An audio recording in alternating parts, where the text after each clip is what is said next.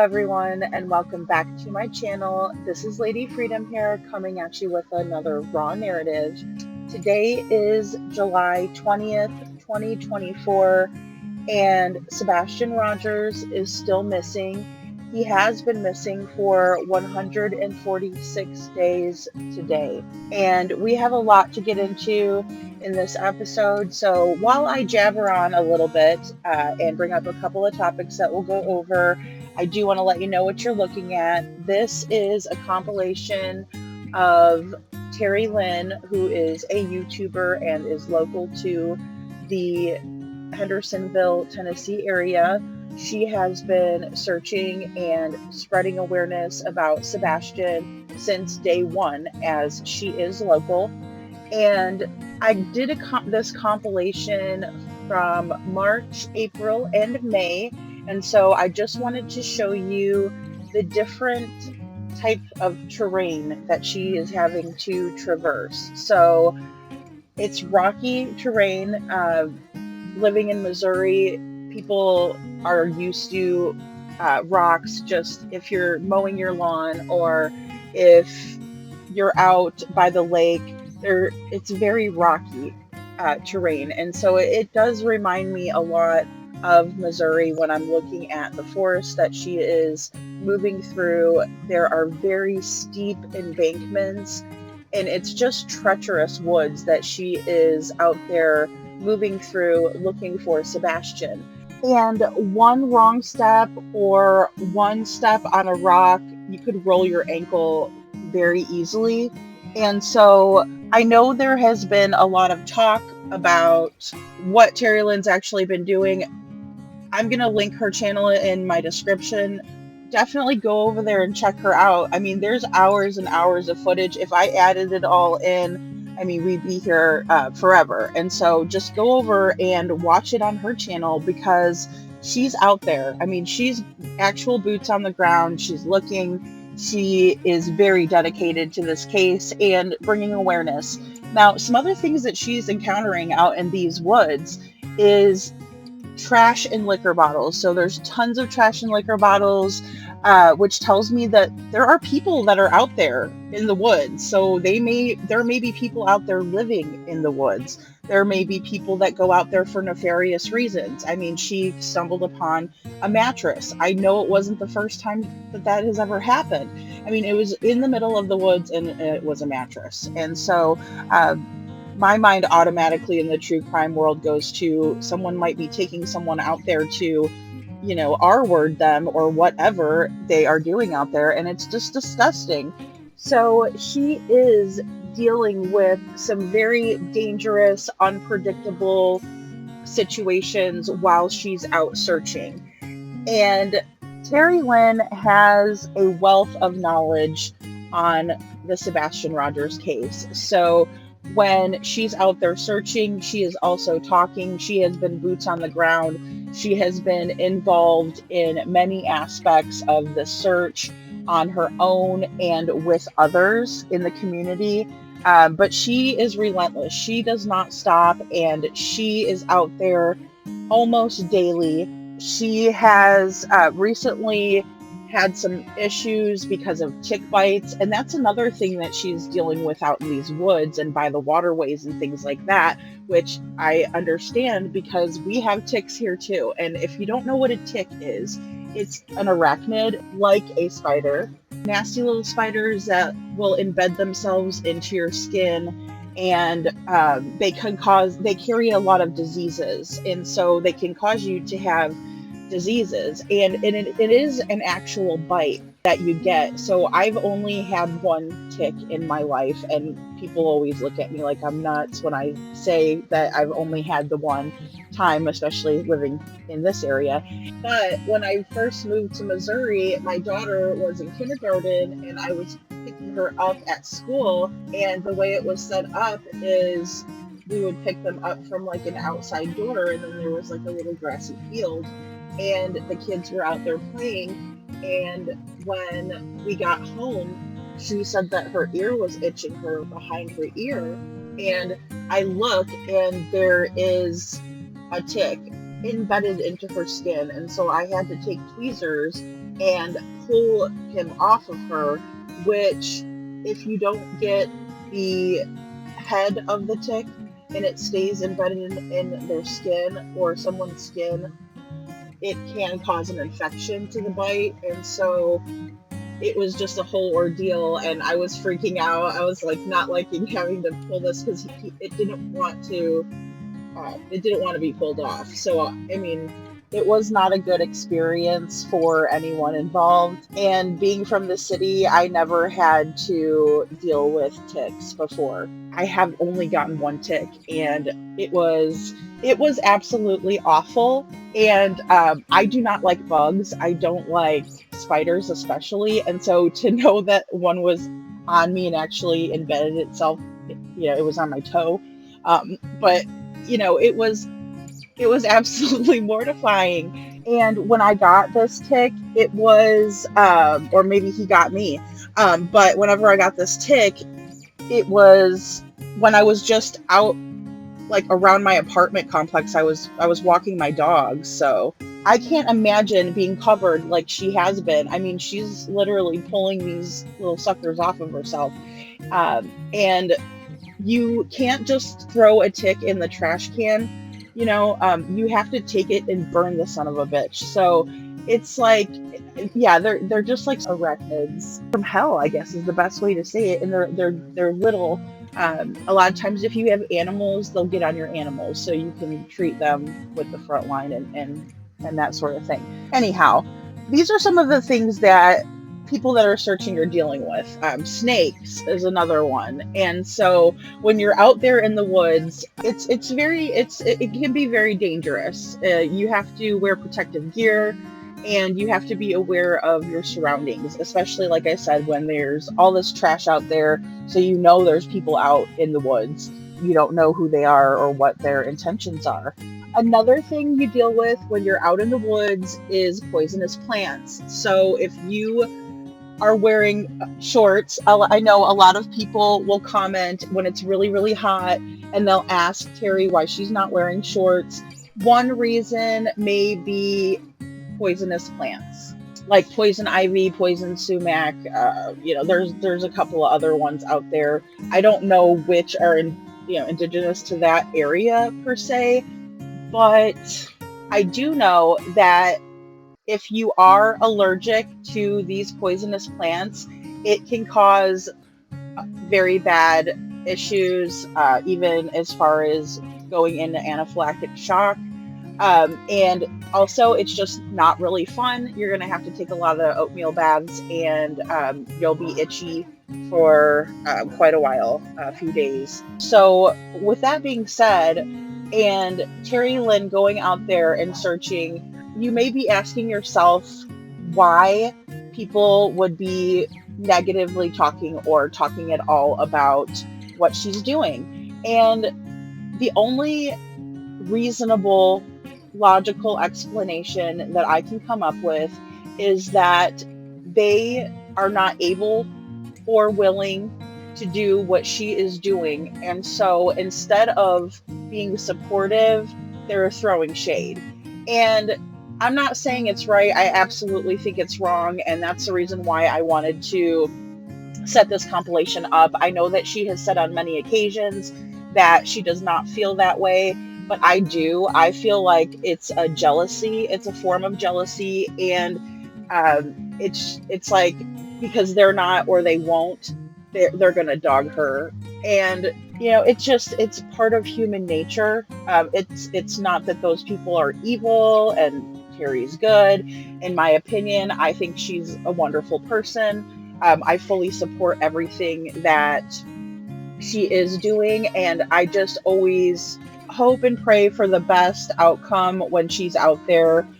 And I am hoping that she gets to get off the antibiotics that she's been on, because she had to take them because of the infections from going into the dirty waters. And let's not forget that she was the only one, even over a police officer, who would jump in and grab those pants out of the water, the mud, the muck. if you're one of those people that's feeling jealous that you can't search for Sebastian like she is, I understand that. I wish I could do that too. I wish I could go down and help her. That would be fantastic. But I think instead we need to shift over, and I think we need to listen to what Terri has to say. I think we need to support what she's doing, because at the end of the day, she is doing this not for herself, but for Sebastian. And we can't change, or we have no control over the way that others will treat us. But what we can do is stand up for ourselves. And you're going to see that Terri Lynn does just that, because instead of, and now this isn't like, it's not like she is out there searching and nobody knows what's going on, it's behind the scenes. No, this is all, for lack of a better way to say it, is televised. And so she is literally televising these searches. And instead of Chris Proudfoot and Katie, but Katie was sleeping during the conversation, so we'll let her, sleep. But Chris, instead of saying, "Hey Terri, I think that you're an amazing woman. You've got a beautiful heart. I so appreciate what you're doing for my son and looking for my stepson." Instead of him doing that, he comes on and acts like a complete pig, and he hits on Terri Lynn. For me, it brought me back to whenever I was waitressing and bartending, because you always have that one or two guys that will come in there and, they just want to hit on you, and you really, you kind of have to like put up with it, because you have to be, polite to these people. You have to be hospitable to them. It happens in every aspect of life. But that's what it reminded me of, is where I had to actually kind of be nice to somebody that I really didn't want to be nice to, but I was being nice because it was my job.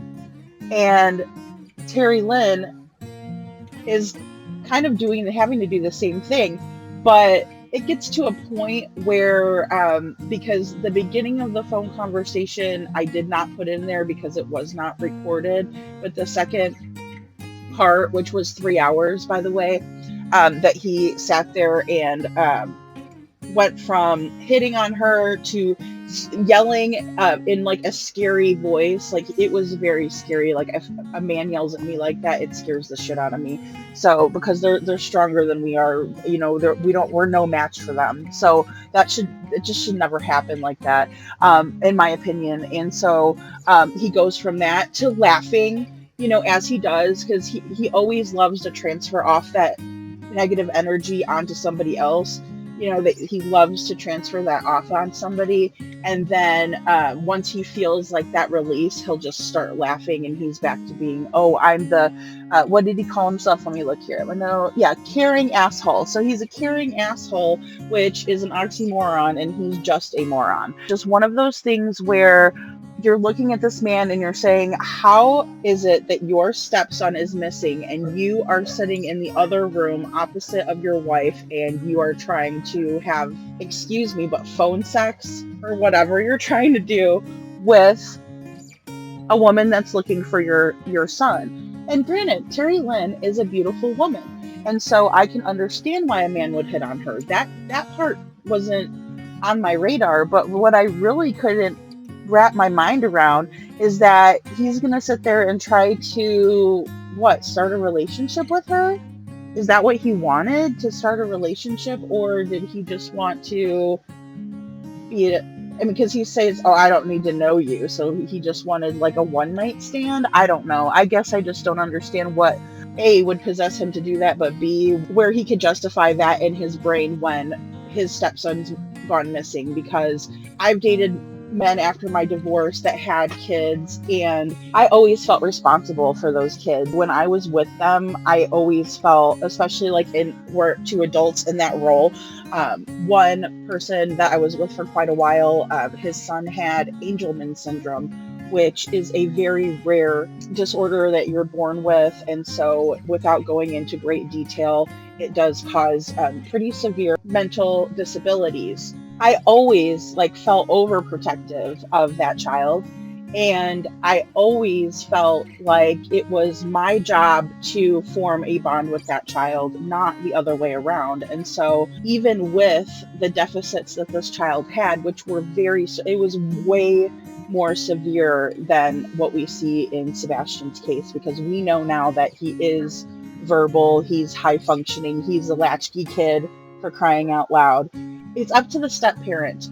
And when I look at, and I wasn't a step parent, but I was in the position where this child knew me. He was excited when he saw me. We would go and do things, the three of us. We would go down to the lake and stay the weekend and things like that. And so I was very heavily involved in that role or in that position. And so to me, when I look back on that, I just know that there was nothing bad that was ever going to happen to that child on my watch. I would have caught a bullet for that kid. It's up to the step parent. It is not up to this child to try to form a bond. And one other thing that I wanted to discuss to kind of piggyback onto that is that Chris Proudfoot, in the beginning, when he was first courting Katie, he was a different guy. And I say he was a different guy because looking back on the photos and some of the little stories and anecdotes that he had shared when he was on Clue's channel and he was on Queen Bee, and I'm going to play a couple clips from Queen Bee in this episode. But when he's talking about this relationship that he was trying to build up with Katie, he put his best foot and his best self forward. And the examples that I can give for that is taking him deep sea fishing. When he talks about how him and Katie went out to this nice restaurant and Sebastian tried tofu for the first time. So when we're thinking about how these bonds and these connections were formed with the 7-year-old at the time, Sebastian was 7 years old, it had to have been a huge letdown when Mr. Chris took away his cats, or when Mr. Chris decided that he was going to discipline him with a belt. I would never put my hands on my child, let alone put my hands on someone else's child. I don't think that you should put hands on anybody's kids, period, but especially not somebody with diminished capacities. And again, as I said before, it's no match. What is Sebastian going to do? He can't defend himself. So you are literally picking on somebody that has no way of defending themselves, and then Katie allows this behavior. That dynamic is one that was doomed to fail, in my opinion, because you have some guy coming into the picture that really only cares about one thing, and that's getting into the mom's pants. I mean, I'm sorry, but that's what it is. And instead of getting what he wanted and leaving the situation, he decides to, of course, get married again. And Mr. Chris has been married, this is his 5th marriage. And then he seems to have been wanting to work on a 6th with Miss Terri Lynn over here, and it's utterly out of control. When we're dealing with someone who is a narcissist, we see this very often, to where they are super charming to begin with. They will love bomb you, so they will give you every compliment. They will wait on you hand and foot. They will do some really strange, out of the way behaviors to get in your good graces. And they also want to know a lot about you in order to control you later and also throw it in your face later. They are very good at doing this, and they are very good at gaining people's trust, gaining people's adoration, and they're very good at flipping the script when they see fit. And that is exactly the dynamic that I see here.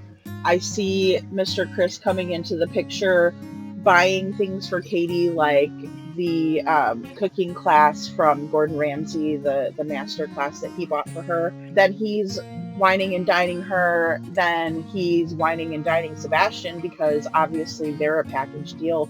So he's whining and dining Sebastian too. Oh, his favorite thing is to go fishing. Well, I'm going to take him on this elaborate deep sea fishing. And that's another thing that narcissists do, is that they always have to make it very elaborate and one up everybody else. And so it's like, oh, your dad takes you to the local ponds to fish. Oh, I'm going to take you to the ocean. And so they do these things. It's very, very toxic. And they're doing it so that way they're, the number one. They're the best guy ever, right? And so why wouldn't you want to be with the best guy ever? All women want that. They want to be with somebody who's nice to their kids. They want to be with somebody who cares about the things that they like and is supportive in that. And so, of course, Katie is going to fall for it. And, it's not her fault. She has generational trauma as well. And we are not going to go into that because that's private for her. It's just another reason why Chris was able to snake his way into hers and Sebastian's life. Because these things don't just happen overnight. These people are very pointed and they are very targeted in this approach. So Chris wanted Katie, and that's what he was going to get. And we see this side of Chris many times, that he always wants to win and he always wants his own way. Later on in the video, you'll see where Terri Lynn tells him that he's not going to win, and it's priceless. We are going to go into all of that deeper, and I will do trigger warnings on that video. I typically don't do that because I think that most people understand when they watch true crime content that it's going to be triggering. It's we're talking about very grim subject matter, and especially when it comes to a child. We're definitely going to go into the family dynamics deeper in another episode, but I would like to go into a little bit more of what Chief Craddock said about home surveillance footage cracking this case. And he says it in the clip that I'm going to show you, and I just want you guys to kind of think about that, what he said, because now that we know that there isn't any camera footage, any surveillance footage, it's very curious to me. And I want to know what you guys think about it in the comments below, because I did not see this in its entirety until now. So until Terri had it, she showed it in her video. And so I wanted to include it because there are some very good little nuggets in there. And the one was this with the home surveillance cracking it, because obviously if he left the home, then he would have been caught on camera. So that's just my take. What's yours? And also Ken Widener, he goes on and on in the segment about Sebastian being active at night. So he says that he even goes as far as to say that he may sleep more during the day because of the fact that he is more active at night. Now, what in the world is that? Because we know now that Sebastian had school on Monday morning. So Sebastian needed to be up for school. He lives very close. It has been said that he does take the bus. So he does have a specific time to be standing out and waiting to catch the bus. So all of these things just don't make any sense. And we have a mother who is hiding behind the scenes. Why would she do that? Katie is military. Okay, if you were in the military for as long as they were honorably discharged, you're military for life, right? So she's military. What the hell is she doing sitting around not searching for her son? What happened to No Man Left Behind? I mean, I'm not in the military or anything, but honestly, what the heck is going on? So that's just all very, very strange. It's just all very, very strange. And we also have details that have been kind of trickling out about a poker game on Friday night. I guess it was a poker game that Sebastian was seen at. And then there's also information about a woman named Lori. And that is supposedly Katie's friend, who has a son who is Sebastian's friend. So why are they, I mean, why all the lies? Why are we lying like this? I mean, it makes absolutely no sense. And why haven't we ever heard anything out of Sebastian's friend? I mean, if that's Katie's best friend, I'm willing to bet that her son is Sebastian's best friend. I mean, that's usually how it works. You hang out with, when you have kids, you hang out with other people that have kids because they know, they get it. They're not going to have wild parties all the time because they have responsibilities. So you tend to hang out with people that are more mature and that have kids you have things in common with, and your kids can play together. And apparently that's what this situation was. Katie's friend would come over. She had a son. Him and Sebastian would play together. In today's video, we are going to go over the polygraphs, the search, mainly focusing in on those areas. And one thing I found to be very curious when watching Ken Widener and Eric Craddock on February 27th on Terri Lynn. So they gave the public a different reason that I had never heard of before, which was that they didn't want people searching for Sebastian because he might get scared because he doesn't know them, which, I mean, talk about not making sense. So I guess I'm just confused as to how it would be any different. And I know Terri does say the same thing. She doesn't, you know, he doesn't know anybody, you know, is basically what she said. And I agree. He wouldn't know anybody. He's out there. He's scared. If he ran away out of having to get away from a bad situation, he ran from fear, he may still be afraid. I understand that part. But what I really don't get is where they're giving all of these different reasons. So, oh, he might be afraid, so don't, you know, we don't need you searching. Well, we don't need you searching because we have enough people on the ground. We have agencies that have the training, and they're, you know, we can track them through apps and, you know, the Sartopo and all of that. All of those different ways of tracking the search. And I just don't know why they didn't want people out there searching, because they also said they didn't want people out there getting hurt, and then they'd have to go out and do a rescue for those people that were out there. So, I mean, you know, that one made pretty logical sense, especially knowing the terrain there. But I don't know. It's just so weird. This is just a weird case. And so I find that really curious. I'd like to know your thoughts as well in the comments on that. But then we're also going to go into Katie. If she passed her polygraph, okay, number one, if she passed the poly, she believes her own lies. That could be one. Or it may be that it was an accident, and so she doesn't feel the guilt and the remorse to feel as if, you know, it's her fault, and so maybe she was able to skate the lie detector on that. If she passed it, if she even took it, I don't even know if she took it, because as we all know, and as we'll see, all of the law enforcement agencies were not trying to give any of those three, and even Seth said this, they were not, none of them were given the lie detector as like a demand, or none of them were forced to do the polygraph test. It almost seems as if they weren't even asked to take the polygraph. It was Nancy Grace who was pretty much putting pressure on doing that. And so I don't know whether or not anybody took a lie detector test except for Seth. That's another reason why I, you know, show support to Seth. As I said before, we are going to do an evolution of Seth video, if you will. One that I made a while back, parts of it. But that'll be a little further down. Katie may have had an inconclusive polygraph result. And so that, to me, if she did take it, is more likely that she came back inconclusive, that she quote unquote passed.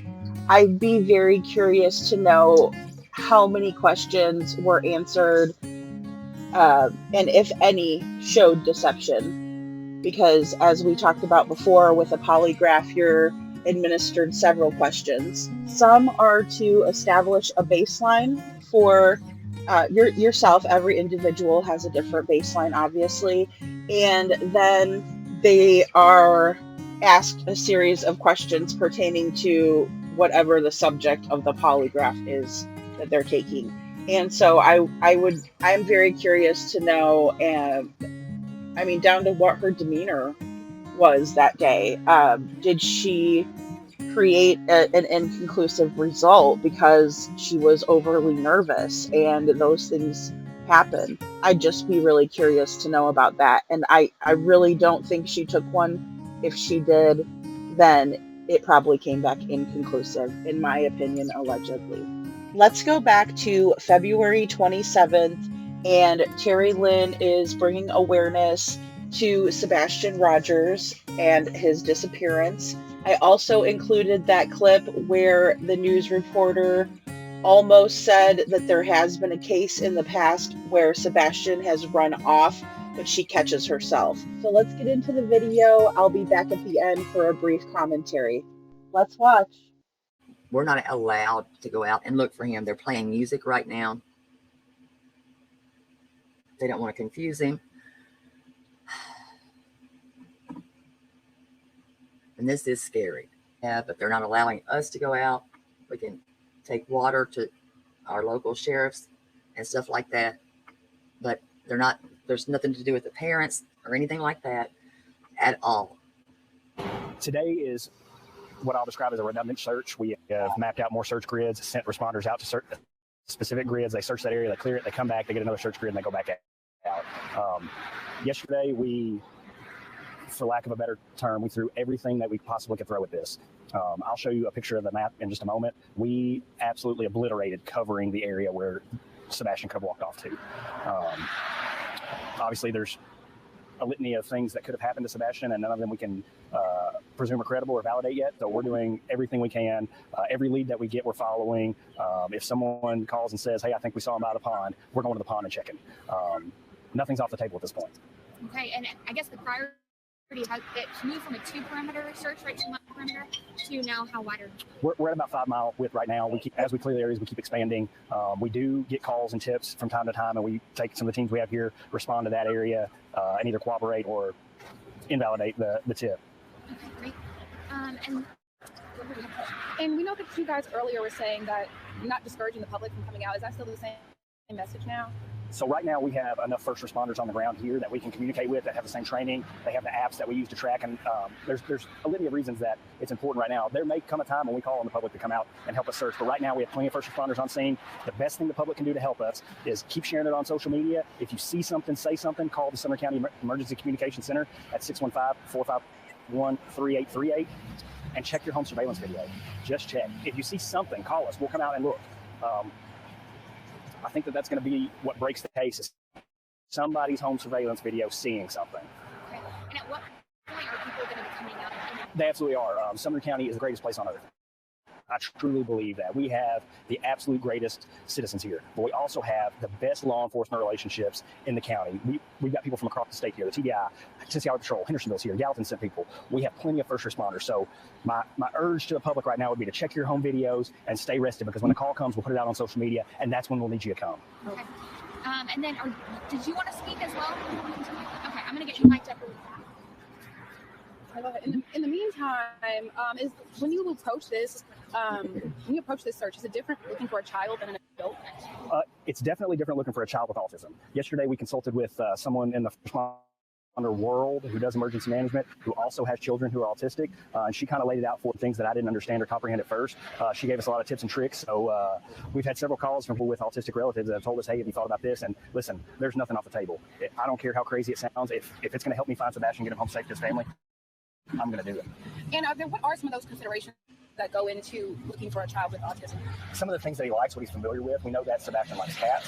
We were told that his favorite song was Eye of the Tiger. We tried playing that to just kind of calm him and let him know we're here to help him.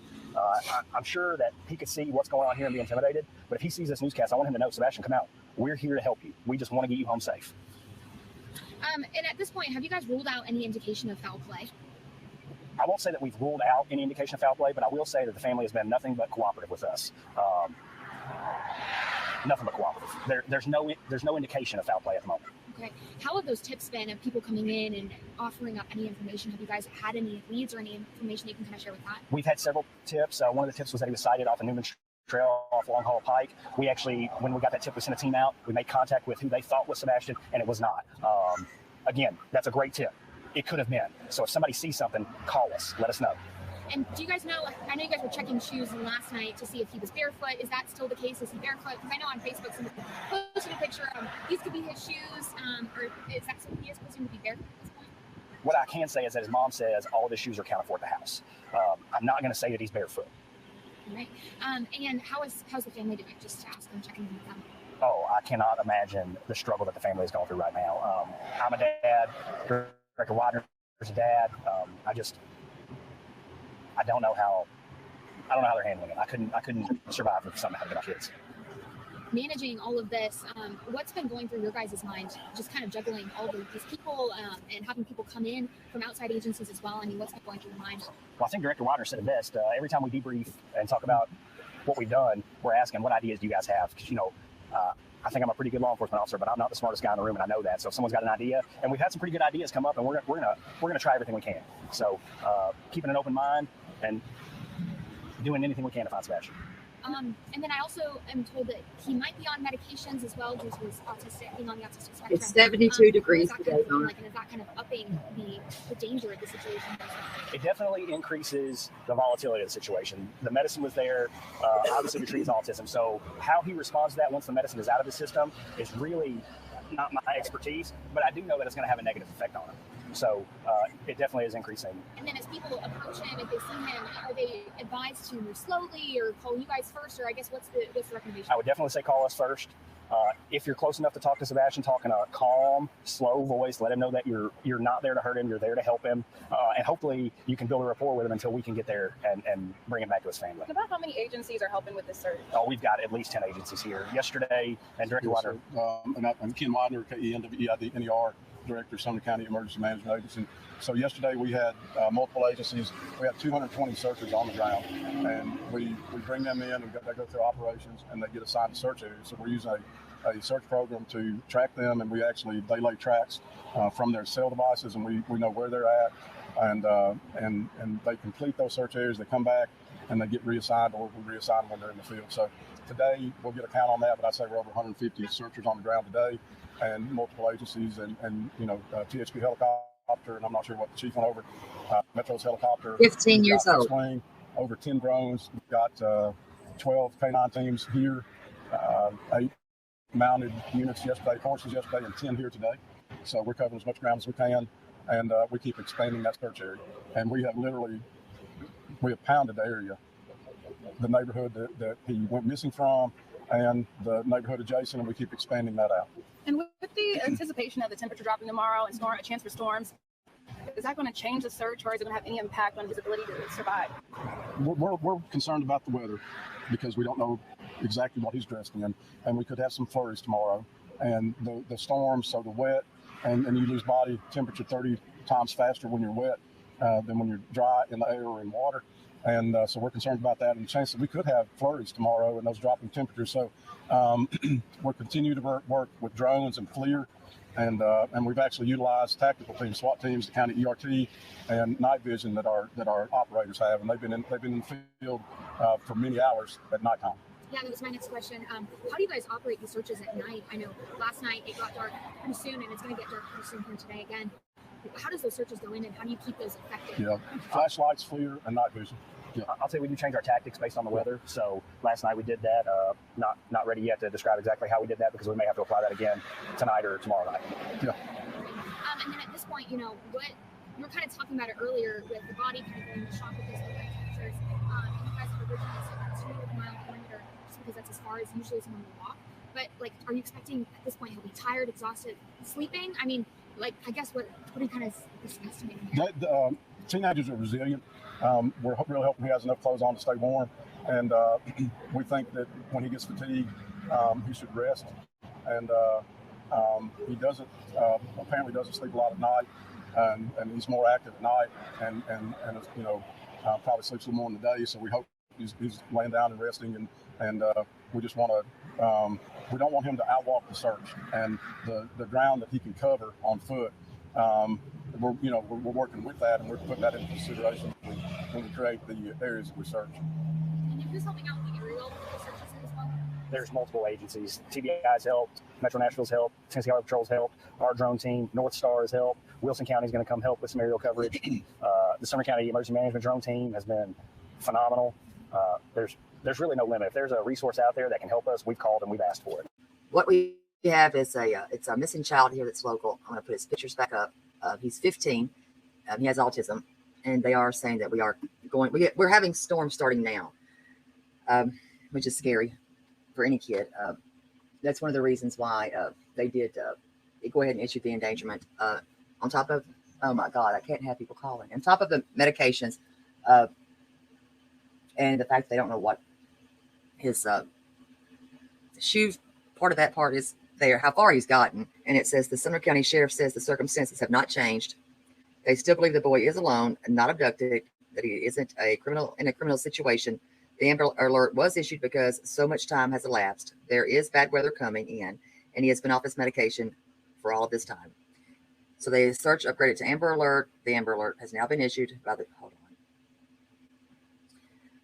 by the Tennessee Bureau of Investigation for 15-year-old Sebastian Wayne Drake Rogers on behalf of Sumner County in Tennessee.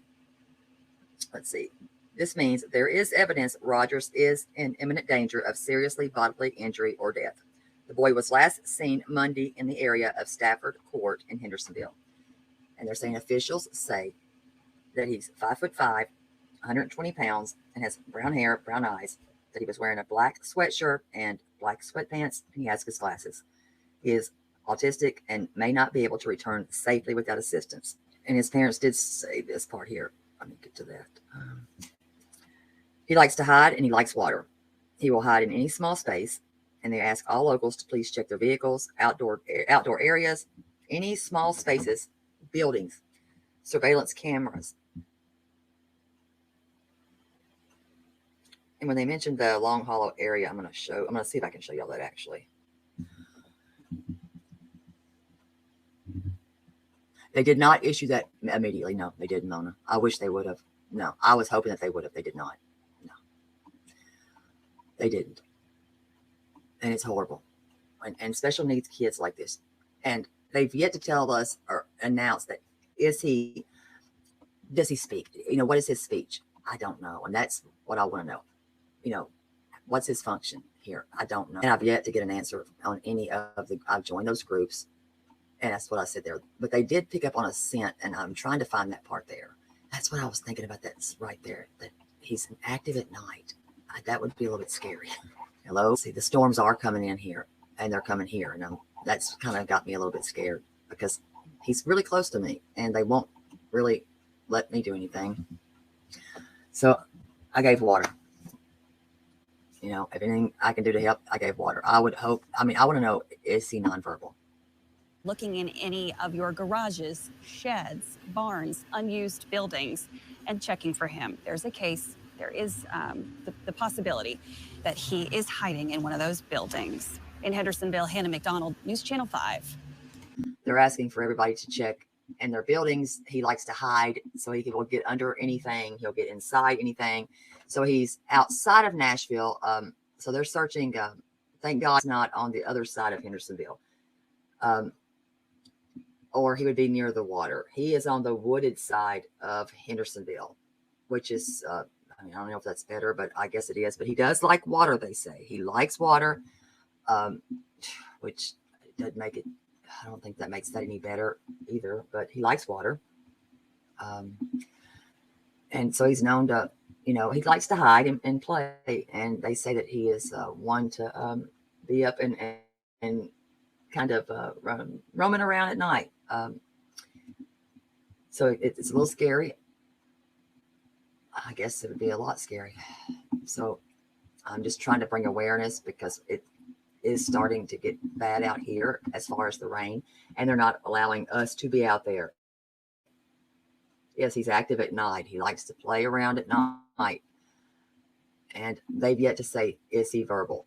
And that's going to be my next question that I'm going to be at. They're late on, in my opinion, issuing this Amber Alert. I'm not going to fault them for this, but they say he went missing Monday.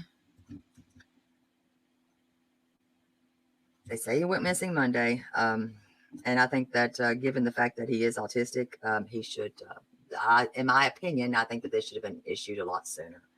I'm not an expert. I can't say that. I think he meets the criteria. And with the, they haven't even said that part of them. They've said that he's without his medication. They didn't say that part. I did get the Amber Alert where it was an endangered Amber Alert. I got that, and I was like, you know what? I'm going live. I was able to. They won't let us actually be active in searching. They were playing his music. He likes music. Favorite song, Eye of the Tiger. So they were playing his music to see if that would draw him out. But they will not let anyone search right now because they say that it may scare him because he does not know, if he doesn't know you, but I mean, in my opinion, he doesn't know them either. But let me get his pictures. They didn't mention anything about a bracelet either. And our weather, we do have weather coming, but right now it's storming. And that right there to me is kind of worth a lot. That should have been, I don't know. I think that they should have just went ahead and issued that a lot sooner. Can't find him. Where is he? And in the last days, we learned that the official law enforcement search is actually scaling back. This as TikTokers and YouTubers are flooding the area, conducting their own searches. Let me ask you, what do you think about a polygraph? Would you take one? All day long. Okay. You think your wife would? I know she has, so I don't really care. I mean, I'm just asking if she would, if you think she would. She did. I don't know if she did or not. I'm asking you. Well, I'm telling you, she did. Okay, let me ask you this right here. I thought you took one. Negative. Okay. And that's where everybody's... No, but can I... Okay. I thought you, and I'll show you. If I need to see, I'll send it to you where you said you did. No, somebody asked me this a question. Yes, and I've got that. Hold on. The question got asked. Have y'all taken a polygraph? Yes. Okay, hold on. I'm going to find this for you and read it to you. I didn't specify who took the polygraph. Hold on. I'm going to get it for you. Hold on.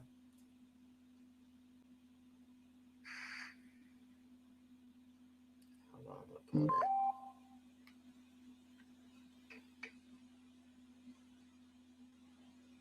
Hold on. I'm gonna pull that one.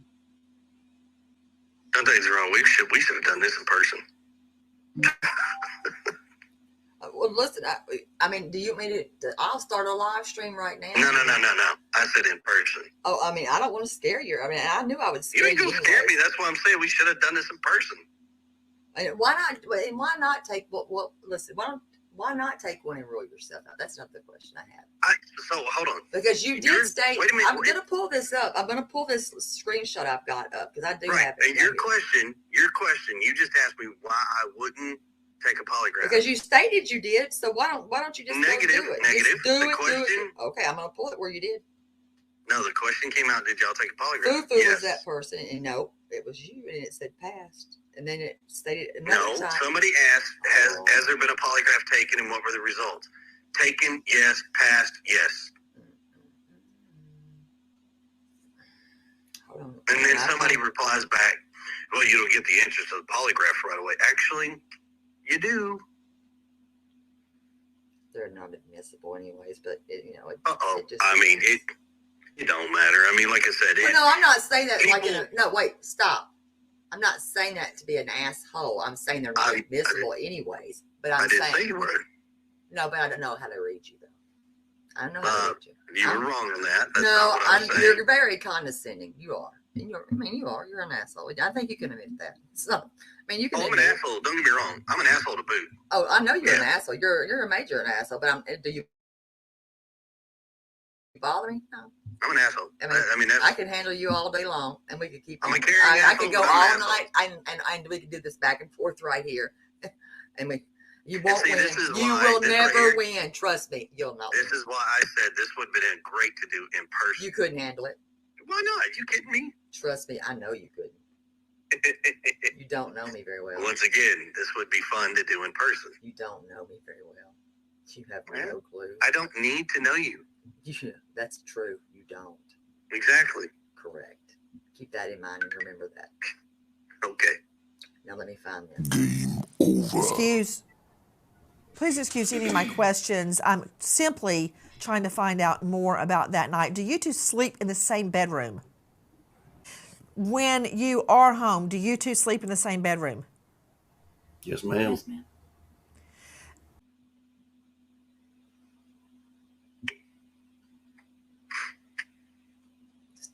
Calm down. Go take deep breaths. All right, so do this. While you're doing that, what's your next question? We're going to get to this one settled first. It's going to be okay. Why? Okay, it says, let's see. Have you both taken a polygraph test? And if so, what were the results? Yes, and the results are passed. Why would you even say that? Because they asked a question. Okay, and it says, Chris states he took and passed a polygraph. No, I did not state that I took a polygraph. I'm just asking. You're answering these people's questions, not me. Right. I didn't do I it. am. And I have not gone back and readdressed any of those that have added follow-ons. I haven't. Oh, Lord. Okay. You might want to because... Well, like I told y'all, I'm one person and there's thousands of people. I know, but hell, you spent a night on that thing. I was like, damn, he's not stopped. You're good. Keep going. Doing a great job. That's my watch, by the way. Just let you know. That's fine. Have the two of you taken a polygraph? I have. I have not. Would you be willing to? I've offered and volunteered on many occasions to take a polygraph, and I was told directly by law enforcement because of my whereabouts, I did not need one. I understand. Ms. Proudfoot, did you pass your polygraph? I did. What questions were you asked during your polygraph? I was asked if I knew where my son was. I was asked if I hurt him. I was asked if I had hurt someone, among a few other questions. And Mr. Proudfoot, you have volunteered to take a poly? Yes, ma'am. If I were to set up a poly for you, would you take it? Name the place and time, ma'am. I'll be there. Sebastian's dad, his bio dad, Sebastian, Seth, I don't understand that because he told me he would take a polygraph if I set it up. I set it up. I went through a lot of hoops to get it set up. One convenient to him in the area where he says he's working. Then he wouldn't take it and blames the TBI. So now I find out he's told other outlets he's taken one and passed. Do you know the truth? I don't. I really don't know, but I'll tell you what, I volunteered to take polygraph. I was told that I wasn't. I didn't need to because they have my location and whereabouts, but I still volunteered. And if somebody wants me to take one, that's something of my own free will. I haven't been told by TBI that I can't take one.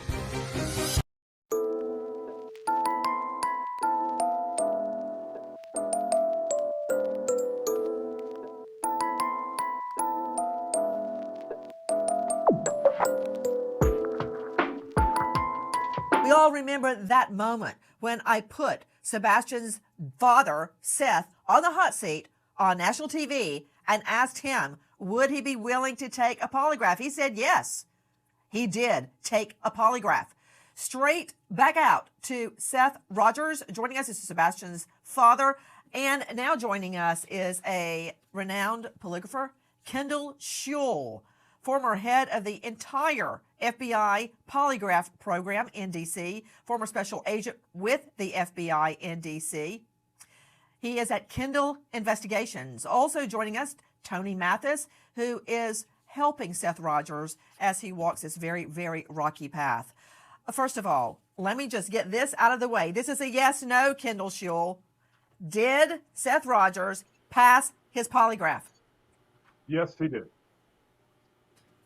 Okay, Seth Rogers, tell me about going and taking the polygraph. We want to hear every single word because I've got a stack of nasty online posts about you failing, about you not going, blah, blah, blah. A lot of trolls chiming in. Let's get to the truth of that polygraph. Seth, what happened? I showed up early for the polygraph. Mr. Kendall contacted me and told me that he'd be there well before the time that we had stated. So I showed up and I sat in the chair and let him attach those things to me and took the polygraph. Have you ever had a polygraph before? No, ma'am. And what kind of questions did the polygrapher Kendall Schewel ask you? If I had ever wanted to harm anybody, if I ever wanted to hurt my son, if I had ever hurt my son, if I'd ever had anything to do with his disappearance. Question. You said they hooked you up. What do you mean by that, Seth Rogers? They put things on my hands. They wrapped cords around me. They had a blood pressure cuff on me to measure my blood pressure, measure my heart rate, my breathing rate, things like that. How long did it take? It took a minute. It took 60 seconds. Could you be precise or more precise? How long do you think it took? We were there for 3 hours, 4 hours. That's about right. It's not easy. Okay, sit tight, Seth. And again, thank you for being with us. Out to Kendall Schewel, as I told you, former head of the entire FBI Polygraph program in D.C. Kendall, thank you. When we put out the word that Seth Rogers would take a polygraph, we contacted you because of your reputation. You quickly agreed, and I thank you for that. Again, this was not free. He was paid to do the polygraph. He owes nothing to anybody, and therefore was not swayed one way or the other. He had never met Seth Rogers before in his life. Mr. Schewel, I've looked very carefully at your polygraph report right here. Number one, you start off by saying it was conducted using a comparison question format that meets U.S. government standards. What is a comparison question format? What is that? It's a format that's well accepted by the polygraph community, particularly the American Polygraph Association. There are certain formats that we can use that are more acceptable, that we know are more reliable, and this was one of those. Certainly a test format that I would want to use to make sure we're doing everything right to get the correct results. And this is again a format of polygraph that is widely accepted as a standard in the FBI world and in the polygraph world in general. We are trying to determine what happened when this young boy, an autistic young boy, seemingly walks out of his own home in the middle of the night, we think, barefoot. How did that happen? With us, I want to go straight back to when Sebastian goes missing. Miss Proudfoot, I understand that the day before, which would have been Sunday, if I've got the information correct, that you guys went out, you went to dinner, you went to somewhere, I believe you said BJ's, where he had a, quote, colossal popcorn. Then you came home that night, and around 9 p.m., you tell Sebastian to go to bed. He says, okay, and goes to his room. Is that correct? Yes, ma'am. Okay. That night, I understand from previous statements you've made that you went to bed around midnight. Is that correct? It is. And to you, Mr. Proudfoot, Chris Proudfoot, did you also go to bed at midnight or before or after? No, ma'am. We went to bed around the same time because we were on the phone together. And he was not home. please. He wasn't actually in the home at all that weekend. You were not home. No, okay. ma'am. So where were you, Mr. Proudfoot? I was in Memphis, Tennessee. How far away is that? 3 hours and 37 minutes from doorstep to doorstep. And what were you doing in Memphis? Working. Where do you work? I'm currently was working at the St. Jude Children's Hospital construction project. Yes, I'm very familiar with St. Jude's. You said you were working there. Are you no longer working there? Right now, that's up in the air. Well, you've been gone ever since Sebastian went missing, so I understand. You did tell me that Sebastian is not a runner. He's not. It's okay. Take your time. Sebastian does not have a history of running. I mean, the young man doesn't go outside very much. I mean, everybody in the neighborhood knows him. He is very to himself, so to speak. Between the hours of 12 and 6, he has basically vanished. Walked out of the house, the door was locked and gone. He didn't take a phone. None of his shoes are missing. So I had asked you both, did you have any idea what would make Sebastian want to suddenly leave the house? And you told me, well, that's the $1 million question that everybody wants to know. All the detectives, they've all asked that same question. What is it that happened that caused him to leave the house?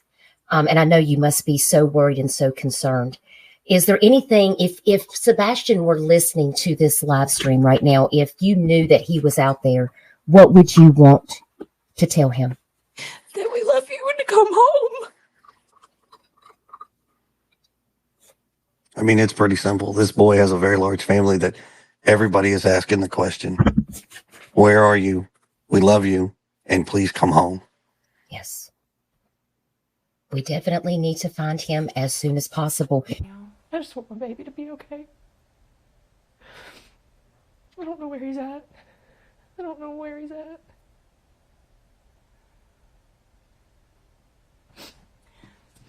My son doesn't run. He's not a runner. He's never run away before. I don't know why. I don't know why he walked out that door. I mean, he's a good kid. He's not a mischievous child by any means. But there's answers to questions that have no answers, or questions with no answers right now that we are searching for desperately, and we just don't have that. We've been combing over that day and even the weeks before he left, and I hadn't been able to figure it out. That morning he was laughing, he was joking. Everyone we were around that day agreed that he seemed like he was in a good mood, he was behaving. It'd make more sense if we'd been fighting. Or you'd been in trouble, but he hadn't been in trouble. So, I mean, the $1 million question, why did he go? And the other $1 million question is how. He's not a runner. This is not normal for him to run away. He's not a runner. We checked for all of his shoes and none of them are missing. The door was locked. No, first time. He's not a child that wanders. He's not one that is... He doesn't have a history of being an eloper, which is common, and I have friends with children on the spectrum who do struggle with elopement with their children, but no, Sebastian, that's one thing, has always been a blessing. He's not been an eloper or a runner. His primary areas are like social and emotional dysregulation issues and things like that, but he's very smart, he's functional. Overall, he's a pretty happy kid. I mean, he's a teenager, he's coming into his hormones, he's angry that he's growing a mustache, but for the most part, he's a happy kid. And can I ask you this? What do you think happened to Sebastian? What do you think happened? Did he walk out the door that night or early morning? I don't know. It's hard to say because right now there's no answers to anything. My speculations here. If he, walks outside the door, he's vanished. There's no trace. Right. The cops asked me what I thought, and I told them, I said, supposedly based on what we were told initially, it was like, well, if he made it to the road and he's walking down the road, somebody goes flying down there, and let's say he hit him. They would think you would find something. Well, there's nothing there to be found. So that kind of debunks that. Right. So then it goes back to, was this a crime of opportunity of he was walking and somebody picked him up? Or did somebody just take him? We don't know.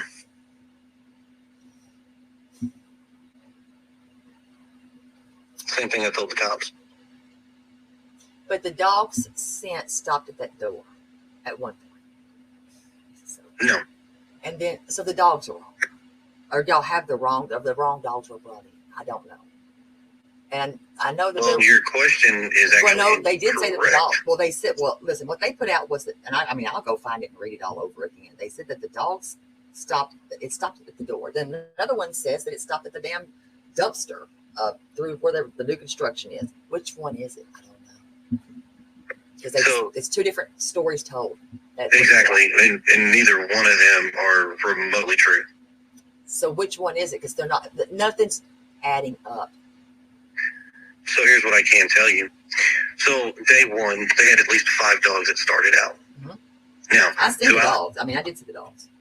So throughout the 8 days that they were searching, I can't tell you how many dogs they brought in. They brought dogs in from out of state, different counties, all over the place. County had their dogs out there. I can probably name a lot of the counties that did have their dogs out there, actually. Okay. So they had their dogs out here. But anyways, several dogs hit in some directions. Some headed over in the construction. Takes it down to the retention pond, which is only knee deep, and they drained it, and they didn't find anything, and that's where the scent disappears. I do remember that. Because they did bring them in there. I do remember that one because they were suiting up out there close to your house or right up in front of it. Well, they suited up out in front of the house because they went down those storm drains. Yes, I remember that part. I remember. This has been a lot that has happened. Oh, no, trust me. And they did drain. I believe they drained a pond. The retention pond, yes. Yes. Did they ever check up Mount Olivet Road? Where? Mount Olivet Road. Mount Olivet. Where is that at exactly? Okay, turn by Worshams. Okay. Turn on Latimer Lane. Okay, gotcha. And then turn on to, you'll turn left onto Mount Olivet Road. I don't know. They said they expanded the search up to a 5-mile radius from the house. You need to search there. I'm guessing that's within the 5-mile radius. I don't think, no, it's not. Okay, then I don't know. They need to, honestly. Well, here's the thing. So there's they brought out a company called EquiSearch. Yeah. I think. Did they bring the one out of Texas? No, they brought Texas. They need Texas. They got the one in the western part and that's Tennessee. They need Texas. Well, so the group that came here was kind of a mix. So we had one, she was from Tennessee. I guess the other ones were like Ohio or something, but all the program and everything comes out of Texas from what I understood. And they used their drones. They flew around various places. That I don't know. I can. I see. Yeah, I got that. I got you that said Mount. What was it called? Mount Olive. Mount Olivet Road. Yes, because there's some ravines there, and there's some things like homes that are flattened out, and some dilapidated homes, and then there's some other things out there that. Are you saying Matt or Mount? Mount Olivet Road. Mount. Okay. MOUNT. Mount Olivet Road. I got to make this watch off. Okay. Yeah. I don't know if they search there. We can ask them tomorrow and we'll find out. Yeah, there's a lot of. I know. So a lot of people said they went back in that direction, but nobody has specified what roads they went down.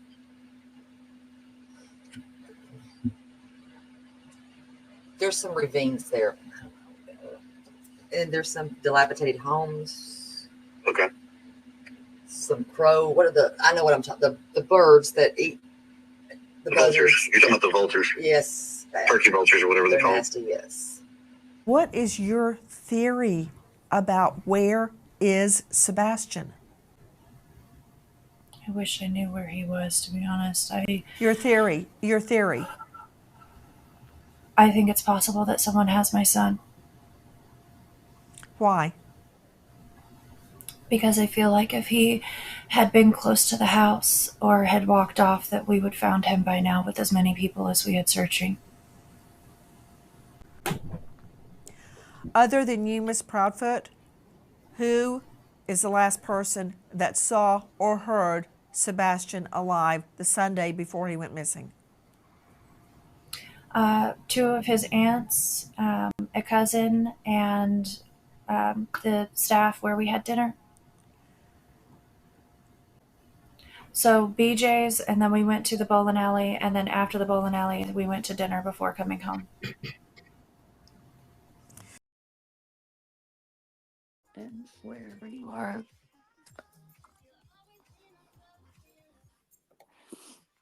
I would say wherever you are across the country, because I know there's people all over the place watching. Just to, like, if you're out and about and you have flyers, just keep asking businesses to spread them. Some chains will spread them to their other stores. I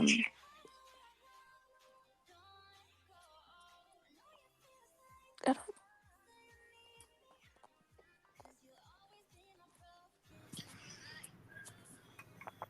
You are such a strong mama. I'm so sorry. Just wish I could give you a hug right now. Oh, you'd have to fight the ankle biters. I lost my ankle biter. I missed her really bad. Well, we got two of them, and one of them was supposed to kind of like be mine, and however, they bunch of traitors. Traitorous dogs. They're loving up on Mama. They know she needs it right now. Oh, I mean, they. When I'm not home, she just lets them sleep in the bed. I get home, y'all are in the pen.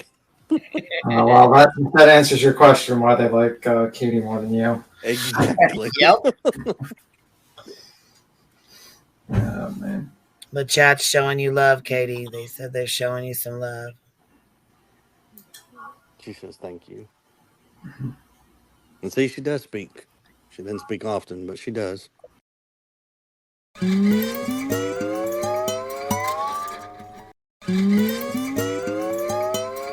And I also had asked you if there were any friends that Sebastian might have possibly left the house with, or if he had any contact with anyone on social media. Do you want to comment about that again? He doesn't have a social media. Okay. And the only friends that he had were a couple of kids in school. Okay. All the kids that have had any interaction with him have been interviewed and asked. Okay. We as parents know how social media can be, Right. and seeing how kids can be easily manipulated. He's very young in mind. Yes, he may be. Right. He's about 15, and he's 15 in age in his body, but his mind is not caught up to his body. But that is something that goes through with autistic children, as everybody would know. Right. But for the record, I am a very strict parent. He does not have social media, not in our household. He doesn't online game.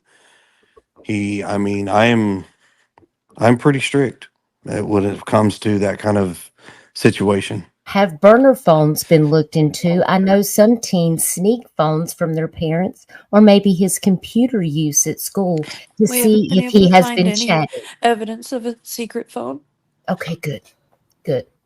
Because digital evidence is really important. They want to make sure that he's not speaking to anybody. This is such an unusual case. This case is extremely unusual.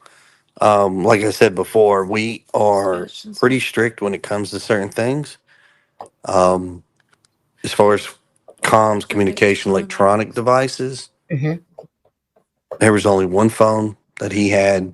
It was extremely locked down. He had access to his phone, his text message, to only his contacts list, a camera, and a calculator, and that is it. He's a pretty happy kid usually. He seems like it, and I know that you love him very much. I know that I can remember earlier in our conversation you were referring to him as Bubba, and I think That's what that's sweet. That's what I I call my call him. son Bubba also, so that really tore at my heartstrings because my son, he's 30, but he's still Bubba to me. So it just that name is going to stick forever. It's just how it is. And when it comes to like the one mentioned about Minecraft, like I stated before, he does not have any way to come with anybody on any form of online gaming. That is extremely restrictive. We don't allow that because of what can come of it. They combed all of the electronics. I can tell you this with no hesitation. Anything and everything we have given to the police and any other law enforcement to have them completely scan, uh, validate everything, and they are currently. I mean, everything is empty. I mean, they were like, "You guys are pretty good at." I said, "Yes, sir. We don't believe in allowing the kids to communicate through social media or through any type of gaming." Looks like We don't, because of how social media can be, he doesn't have accessibility to communicate with folks On the internet. on internet. I mean, we have a firm belief that we just don't feel that right now he's capable of having that kind of responsibility. So, I mean, his phone is locked down, his computers, his gaming. He doesn't have a gamer tag. He doesn't have online capabilities with games. I mean, We've combed every electronic on his phone. All his friends at school have been questioned to my knowledge, and none of them knew anything. So this big question mark. He's vanished. Yes, ma'am. And no one. Have you checked his social media? He doesn't have social media. Have you checked his phone? His phone has been thoroughly checked, yes, ma'am. Have you handed your phones to police, both of you? Yes, ma'am. Yes, ma'am, we have. Has police searched all of your devices, your laptop, your iPad, everything? Everything. Yes, ma'am. Only on the Nintendo Switch, or did he use like an Oculus or anything like that? No, so here, I can't speak for when he went to Seth's house, but here, we did positive reinforcement and positive reward system, so he earned his game time. And it was on the Switch, which had like the parental monitoring and everything. So that was the only game system that he had played on here in a long time. what else can you tell us about Sebastian? He is an avid Minecraft fan.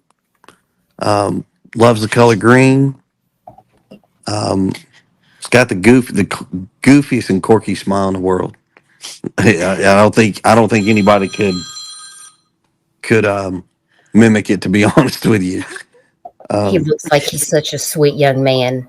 He loves to dance. That boy he'll dance his tail off. Hey, there's nothing wrong with that. Dancing is good for you. It's good exercise too. I just really hope they can find some answers. Now, I did ask you guys because, I know that sometimes when we're looking for autistic children that go missing, a lot of times people are concerned that they may be attracted to go towards the water. So talk to us about that. Is he a good swimmer? Does he like to get in the water? I think you did mention some things about that to me earlier.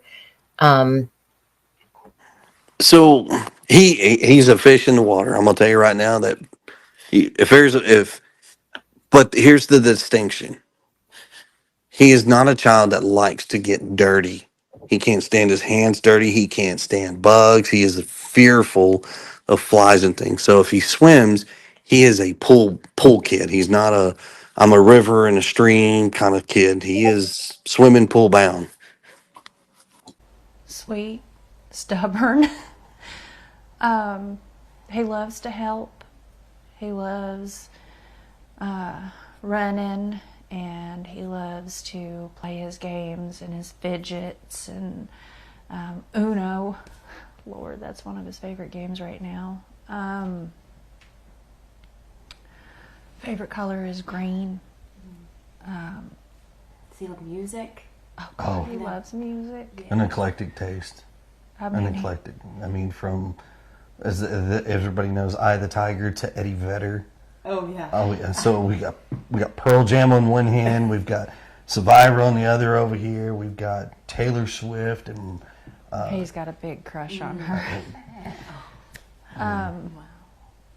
So, under normal circumstances, I wouldn't violate his privacy like this. But the reason why I know he has a crush on Taylor Swift is because I saw him on YouTube Googling something about being Taylor Swift's boyfriend. Oh. Oh, What's it take to be Taylor Swift's boyfriend? I think it was, does Taylor Swift like blonde boys? Aww.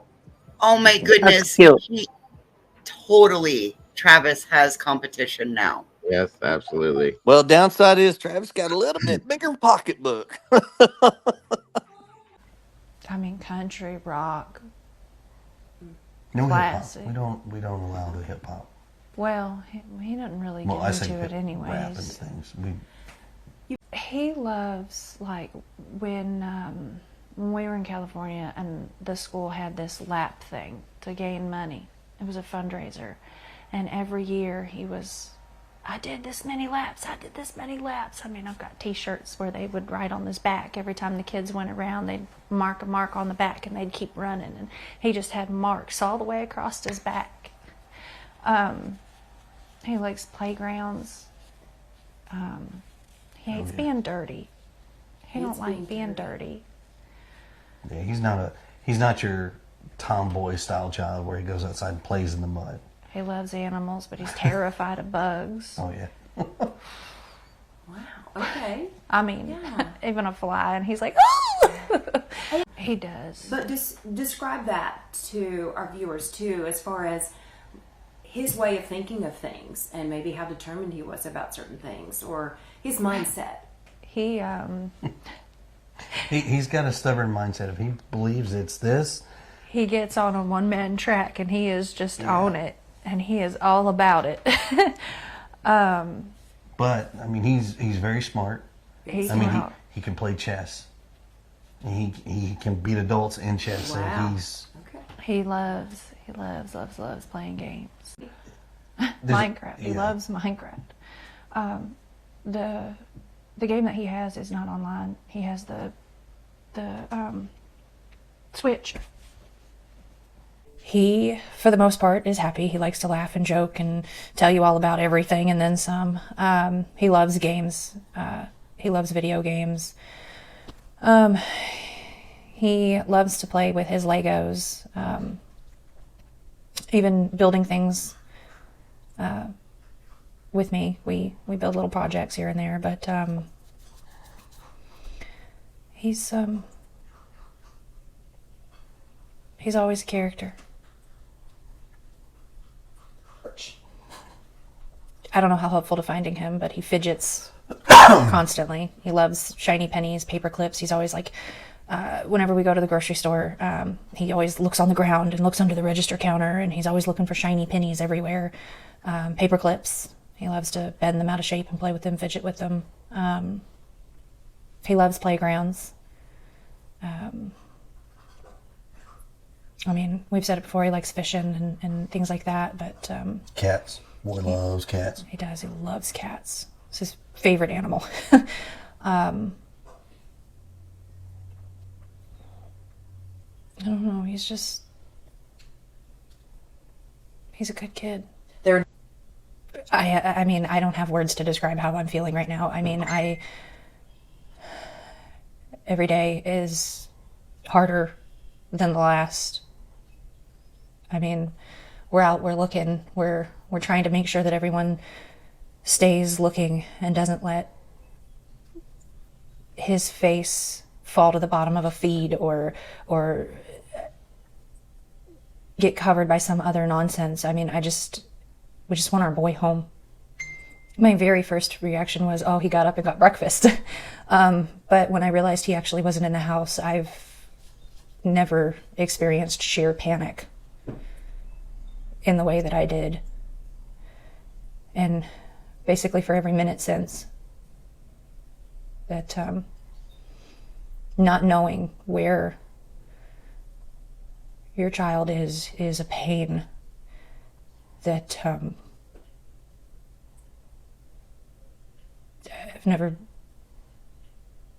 never known pain like this before. On the spectrum, yes. But not one autistic child in this world is like another one. What we can tell you is he's smart. He can be goofy. He kind of has issues with personal space. He hasn't mastered. He can be up in your face kind of kid. he can be aggressive if he's upset. Yeah. He's emotional. He's a teenager. He doesn't like punch and hit and throw, but he No. gets really like aggressive stanced or like clipped where he just won't talk to you, or if he's really upset, he like growls. Yeah, he. Oh man.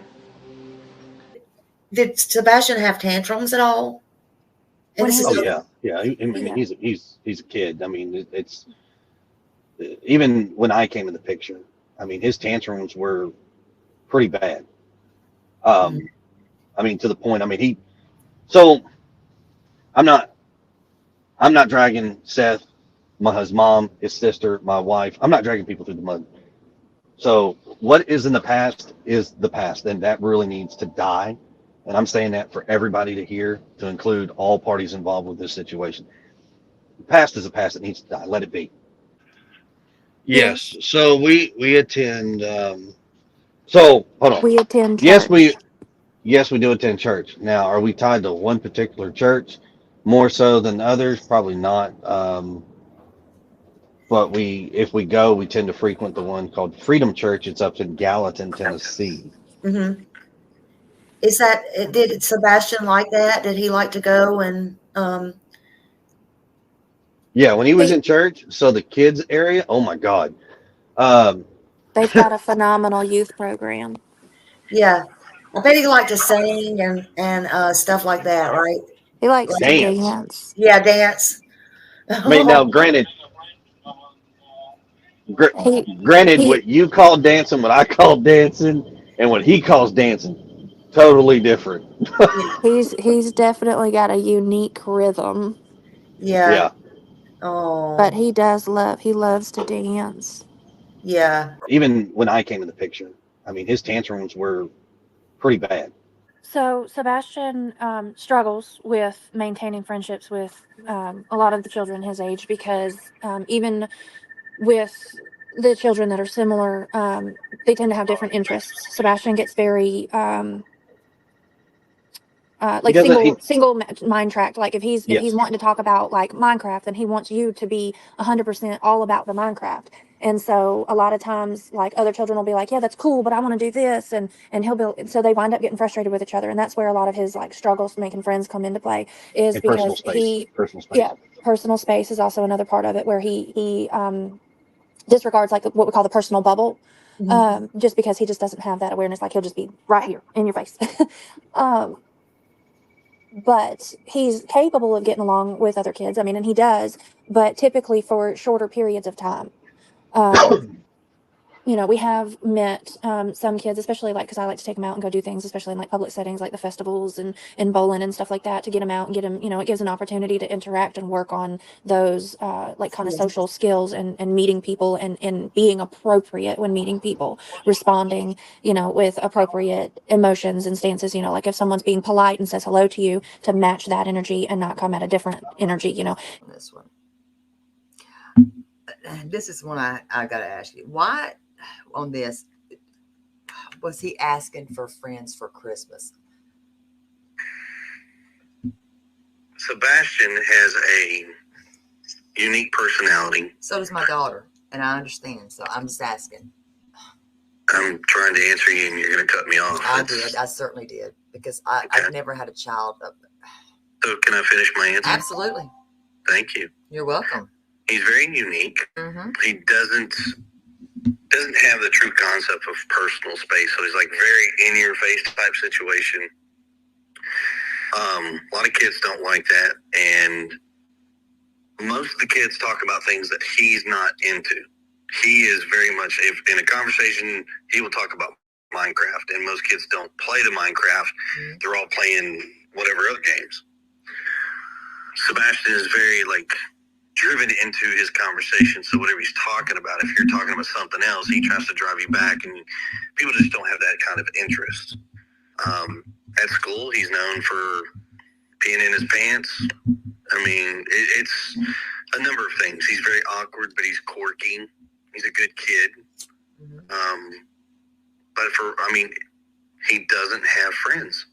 Okay. Unfortunately, it is probably the worst thing. No, I understand autism that I've heard him ever ask. And you're headed back to Memphis right now. Are you in your RV right now? I am in my RV. We are not disclosing our current location just because of safety reasons, due to the YouTubers, the Facebookers out there that have sent some very heinous, threatening information and things of that nature, threatened to be outside of our house, all kinds of nasty things. So we're not disclosing our location at this time, unless you're law enforcement. Ms. Proudfoot, is that one of the reasons you left the home? One of them, yes, ma'am. Question to you guys. When police came in and processed your home, did they look with, for instance, luminol? Did they check? What did they do when they searched your home? They thoroughly searched my home with many different things. They removed some things for the dogs to hold the scent, and for Sebastian's DNA. I know that they used thermal night imagery. Night vision, thank you. And I don't know exactly all of the tools that they used, but I do know that multiple different searches were done on my home by many different people, detectives, sheriffs, and a few others. Yeah, I wouldn't swear that the forensics folks showed up or not, because there were so many folks in and out of the house that it was just, hi, I'm so-and-so with law enforcement. I'm so-and-so with law enforcement. Okay. Every time they've said we need to look, please do. Your interior was searched. It wasn't searched with luminol, though, right? What, with the forensics? Yeah. No, they didn't, as far as I know. They brought the hounds in, I think. Didn't they? Yes, they asked us whether they can bring the dogs in. We allowed the dogs in the house. What were they doing? What were they looking for in the backyard? I do not know. Do you recall them out there taking pictures and scoping out the backyard? They came and did some mapping of the neighborhood, but I don't know anything as far as pictures and shit like that in the backyard. No. Yeah, it was right there. It would be probably close to where a fire pit area is, or a window. That I do not know. Okay. Do you know how much Sebastian weighs? Yes. How much? Well, at his last doctor's visit, he weighed 113 pounds. Why did they think that he weighed 120? I have no idea. We've kind of gone back and forth with TBI and them as far as what they put out. They put out he's 120 pounds. No, he's 113 pounds. They put out he was wearing a black sweatshirt. He's not in a sweatshirt. When based on what the mom put out, the clothes that she said he had on that are not accounted for is it's kind of it's not a sweatshirt, it's not a hoodie, it's like a long sleeve black shirt. I have the call. I mean, I can play it for you. Because it was weird. No, I mean, I'm just telling you what I know. I mean, I'm not. No, I'm not. I'm just saying, because it was a 6:39 phone call. And it was confusing. I'm not gonna lie, because I would Me personally, yeah, I would be slapping 911 real quick. And but you've already explained all that and why y'all did not do that. Get it? That's why. But to me, a lot of things didn't add up with the story because of the bedroom cooking, making his breakfast. Because I would have seen him if I'm walking this away when I'm going that way. Do you understand what I'm trying to say? I would have seen him. My first thing would be 911. That's just me. So 39 minutes lapse.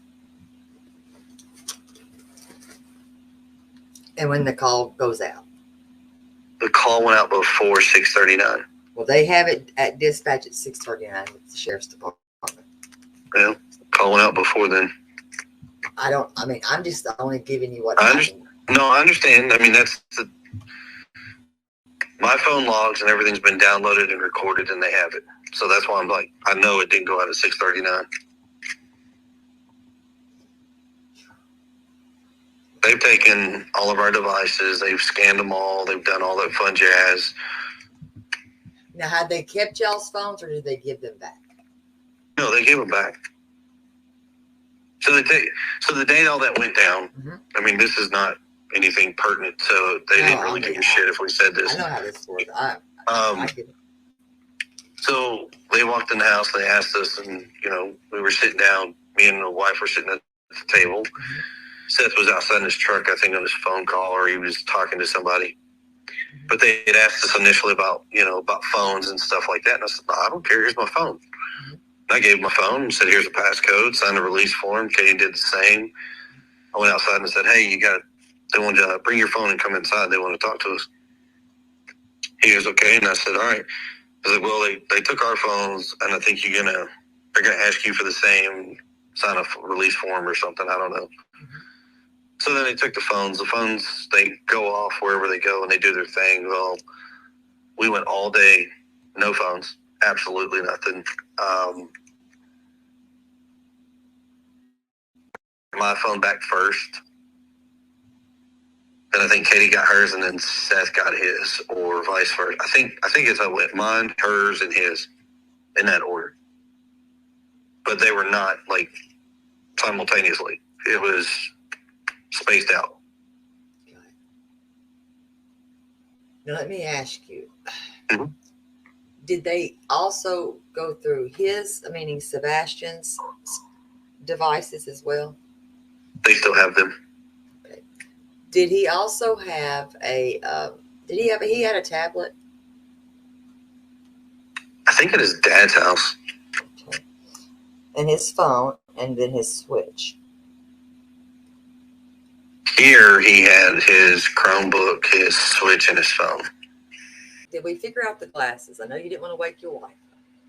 So, to what I know, here's what I'm going to tell you.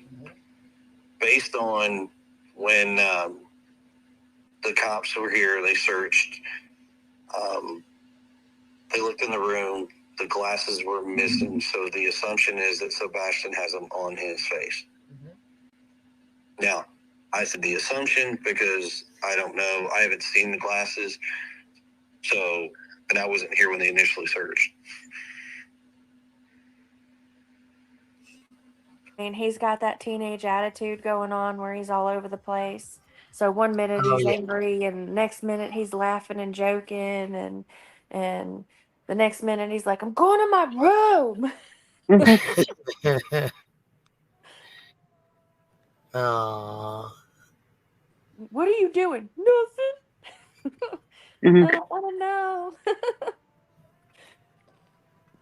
Such a sweet But baby. Loves Family Feud. Hell, he watches Wheel of Fortune with me. He don't never guess the puzzles. But trying to remember the name of the other one that he likes watching. It's the one with the whammies. Press your luck. Press your Yeah, luck. Press your Press luck. Your Yeah. Luck. He likes Yeah. that one too. He sits in here, no whammies. Does Sebastian have a hardwood floor or a carpeted floor? In his bedroom, Carpet. Yes. Carpeting. Carpet. Did they remove any carpeting? No, ma'am. Do you feel confident they searched his bathroom? They did. Yes, ma'am, they did. When you state that they removed items for the scent dogs, what did they take? Clothing, a blanket that he used like every day, and a few other items of his, toiletries, like his brush. Lauren Conlon joining us, investigative journalist. Lauren, again, thank you for being with us. And earlier you were hearing sound from WSMV4. I understand you have another question. Oh, I mean, I guess I didn't quite get the clarity I wanted, in the sense that, did the Proudfoots know that this search was going on with the Cajun Navy? Were they being called? Were you guys being alerted about this? Did you hear from a YouTuber that they found something, that the the search dog started jumping? Or, were you just kind of blind to all of this? Just, over in your corner doing your search? No, ma'am. So here, to set that record straight and help the United Cajun Navy. So somebody's got a picture out there saying that we are enjoying a dinner when we're actually out there, got flyers at a dinner table because we need to eat. My wife was on the phone with the Cajun Navy. That's how the Cajun Navy was brought in. And we talked to the president of the United Cajun Navy. He put us in touch with their team that was here locally in Nashville. Then that young lady reached back out to us, gave us some more information. We gave her some more details. Then they said they would start a search, but we also had them get in direct contact with the TBI agent as well as Sumter County's Sheriff's Department. We provided all that information. They reached out to them, got some information. They pushed outside of the areas that had been searched already, conducted a search. Somehow or another, they linked up with the bio father, who supposedly got a tip from somewhere. Whether or not it was credible or not, we don't know. But it led them to searching on federal property without permission, which is where we have been informed at some point that there was allegedly a hit on something, but turned out to be nothing. And they were asked to leave the property immediately, or the cops were going to be called, because it was trespassing based off of a tip that the bio father received. Yeah, to Brian Trasher, VP of Cajun Navy, let's clear it up. Isn't it true this is on federal property that had been closed off? It was a hurricane site earlier. It was also, yes, thank you. And it was also near railroad tracks, and some homeless people had been living there, and apparently one of them had died, and we believe that is what the dogs were hitting on. Is that correct? Yeah, all the above is correct, and we did not gain access to the property. It had already been open when we got there. I'm not sure how entry was gained, but yeah, everything above it that you just said was correct. Guys, the search for Sebastian goes on. So where do y'all go from here? Besides bed. I'm serious. Because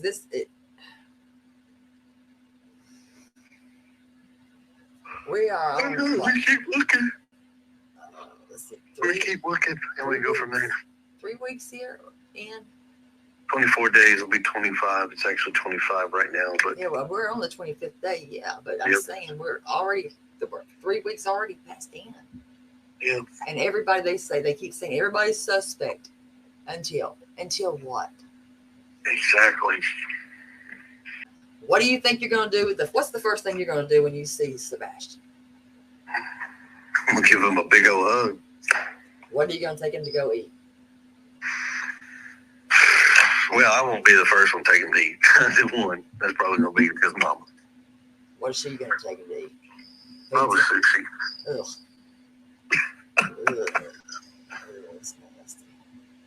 Eat it all day long. But sushi, I'd have to say, is probably his number one favorite. But tofu's up there with it. Okay, I gotta ask, who got him started on the tofu?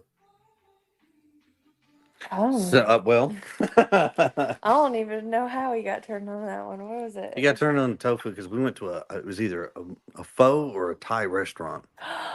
And we went to have, this was in California. Now I remember. Katie and I went and had, I think it was curry. And They don't eat anything even remotely. yeah, spicy. anything spicy, he just like, oh God, no. Pepper is like eating habanero pepper to him. I mean, that's how sensitive he is. But he didn't like anything on the menu. She was like, well, I have tofu. And he was like, tofu? And she was like, yeah. So she brought him a piece of it fried and a piece of it steamed for him to try. And he bit in the fried one, and he was like, ugh. But when she let him have the piece of that steamed, I don't think he could get it in his mouth fast enough, and that included the entire cube. It was ridiculous. But ever since then, he's been strung on tofu. He does much better when he is on a regular routine, and thank you. So like for getting up at about the same time every day and having the same routine to get up and get ready to get out the door, and nighttime routine, taking medicine, taking shower, getting ready for bed, same thing in the morning, getting up, brush your chair, brush your teeth, put your clothes on, make your bed, take your medicine, get your backpack, are you hungry? Do you want to take food for lunch, or do you want school lunch? That type of thing. And then, he leaves at the same time every day. But at the same time, it's like after school, once, if we've got to go to the store, it's not a huge problem if it's all of a sudden like, oh no, we need to run to the grocery store, so he's easily able to do that for the most part. So yes, he's able to just like go run some errands and things like that, but he's also, for the most part, we try to keep him on a regular routine so that he functions better. If you have sporadic bedtimes and everything, then he starts having more difficulty with being on track and on task and everything, or he doesn't really sleep very well. So his sleep routine has never been specific, but it's it's downtime, it's quiet time, it's you remove the stimulus, screen time shuts off at the same time every day so that you have that decompression time. And we have the the night lights and the little fidgets for the self-stimming and everything, because that's you can't make them just do nothing, but it's turning off all the screens and okay, we're going to be quiet. I understand you're not necessarily going to sleep, but you're going to lay in the bed and relax. Wearing deodorant. That again is a typical teenage boy. Well, that's something that we'd been really, really working on, because other people had been like, is he wearing deodorant, Mom? And I was like, I mean, I'm trying. It's a recent development too. I mean, Yeah. he's gone through a growth spurt, and it was like overnight I blinked and he had like a little mustache growth coming in, and all of a sudden he was starting to smell and his voice is changing and his hair's getting darker. Like it's turning darker, which is why like in some pictures it looks brown, but it's really kind of blonde. But in his eyebrows, he went from like just these like real light eyebrows to, it was like overnight he got big old dark eyebrows. Oh, he got his hormones. He's really coming into his hormones, and literally, I think he grew an inch in a month. Oh my goodness. Did his feet grow too? 2 shoe sizes. Oh shit. Holy smokes. Yeah, Oh that's my why God, that's it why was in the so beginning there was all that talk about the shoes, and it was like, how does she know, like how do you know, like, well, because he literally just outgrew them all. And we were in the process of replacing them. We started off with, an immediate, a new pair of shoes and, a new pair of boots. And, we didn't buy sandals yet because it hadn't turned warm yet. And so I told him, I Right. said, when the weather gets warm, we'll buy them then, because who knows if you're going to grow more in another month. But, I mean, he literally, like, it was like he went to his dad's, and then not even a week later, he's like, Mom, my shoes don't fit. And I was like, but those are new. And he's like, my toes are in the front. And I was like, oh, Lord, get in the car.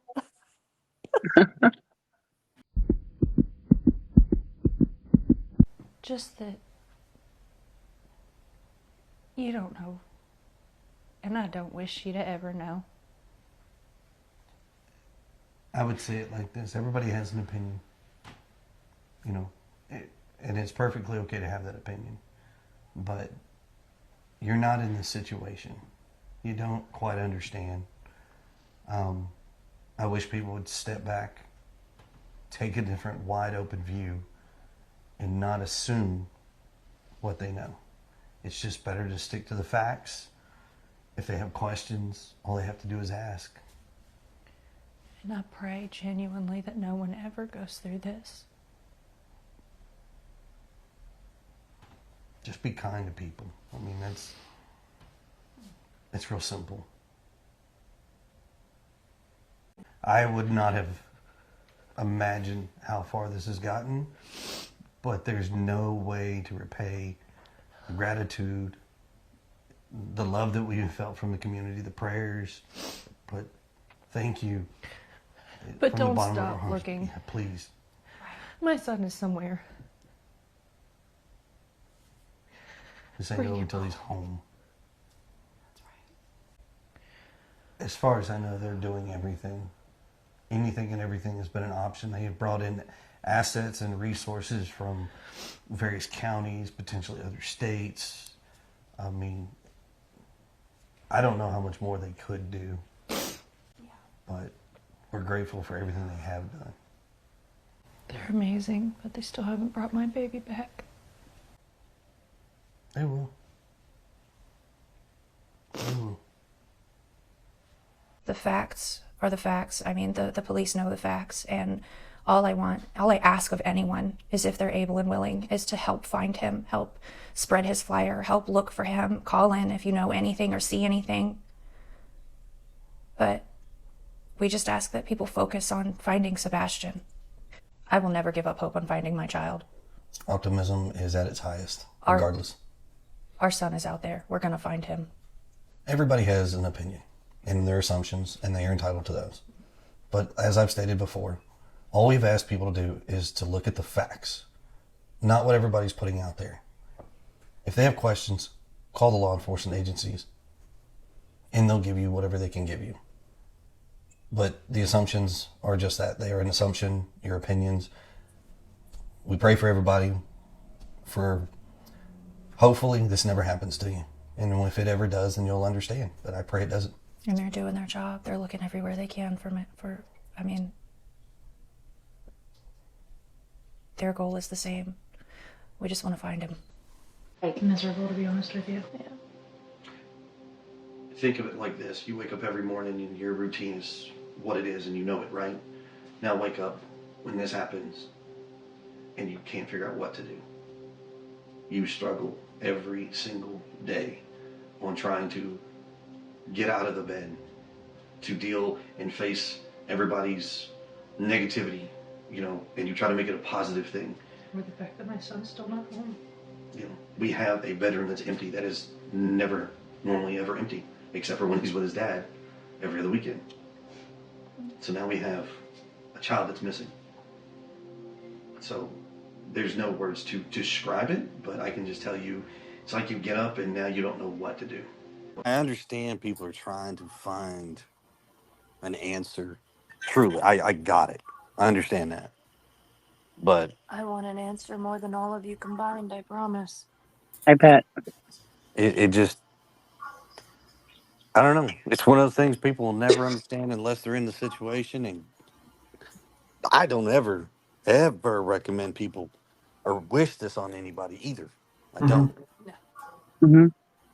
I wouldn't even wish this on Seth.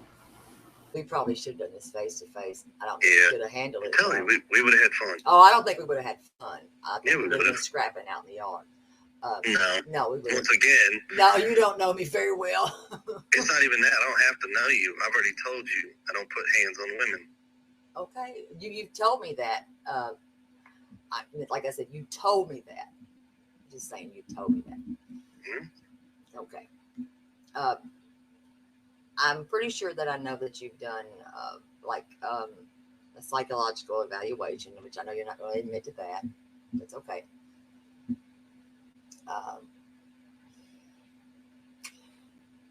Have you ever? So you've never.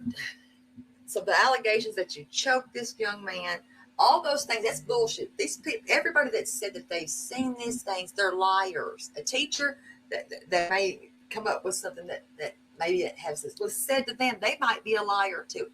Is there any truth or anything that you've done that you know is wrong? Nope. No. So you're perfect. I never said I'm perfect. Okay. So you're not perfect. Okay.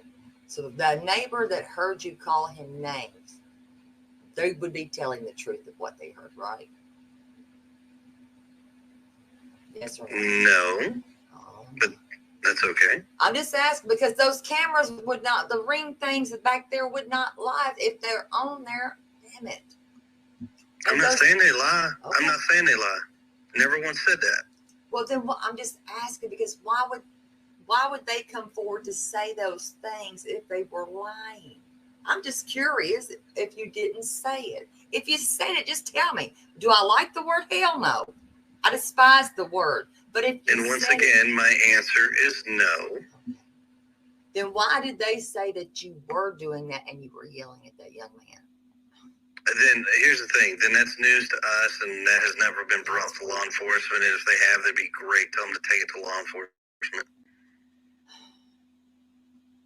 I just don't understand why. I mean, this is crazy that people. Okay. Some of the crap that people are coming up with, yes, it is very far-fetched and interesting to hear. I'm just trying to figure out why you're so angry and your aggression. Are you always angry? I don't know. It depends on the person, I guess. Or the day. Or the daddy. Is that what you said? I said, or the day. Or the day.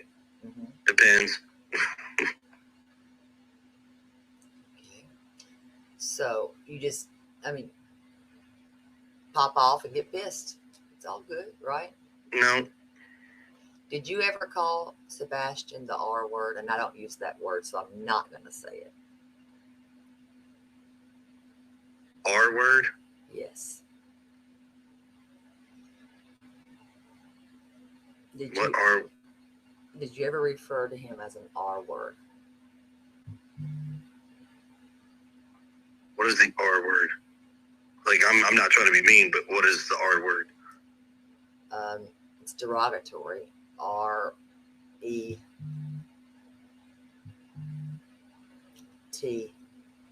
Oh, okay. No.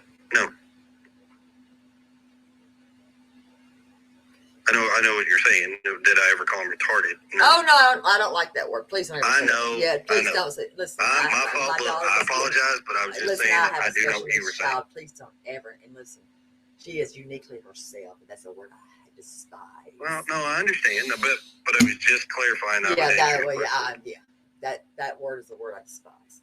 Okay. Yeah, that's that word. Yeah. But no. Is there something that did y'all just not mesh well, you and him?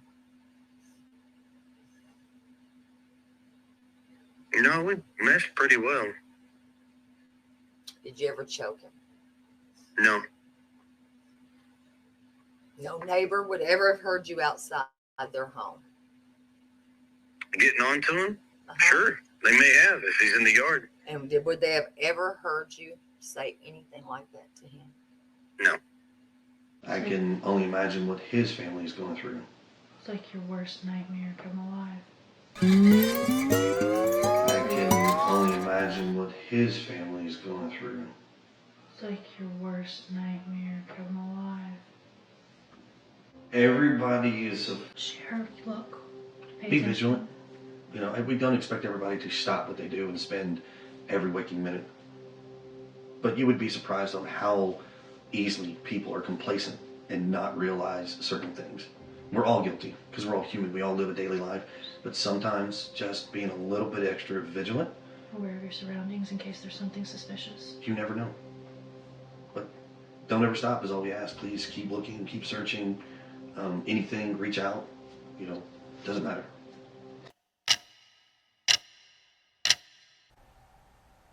I know that it was very dark that night. I mean, it gets dark around here at night in general, but so far we haven't found him on any camera footage to prove where he's at or where he's gone.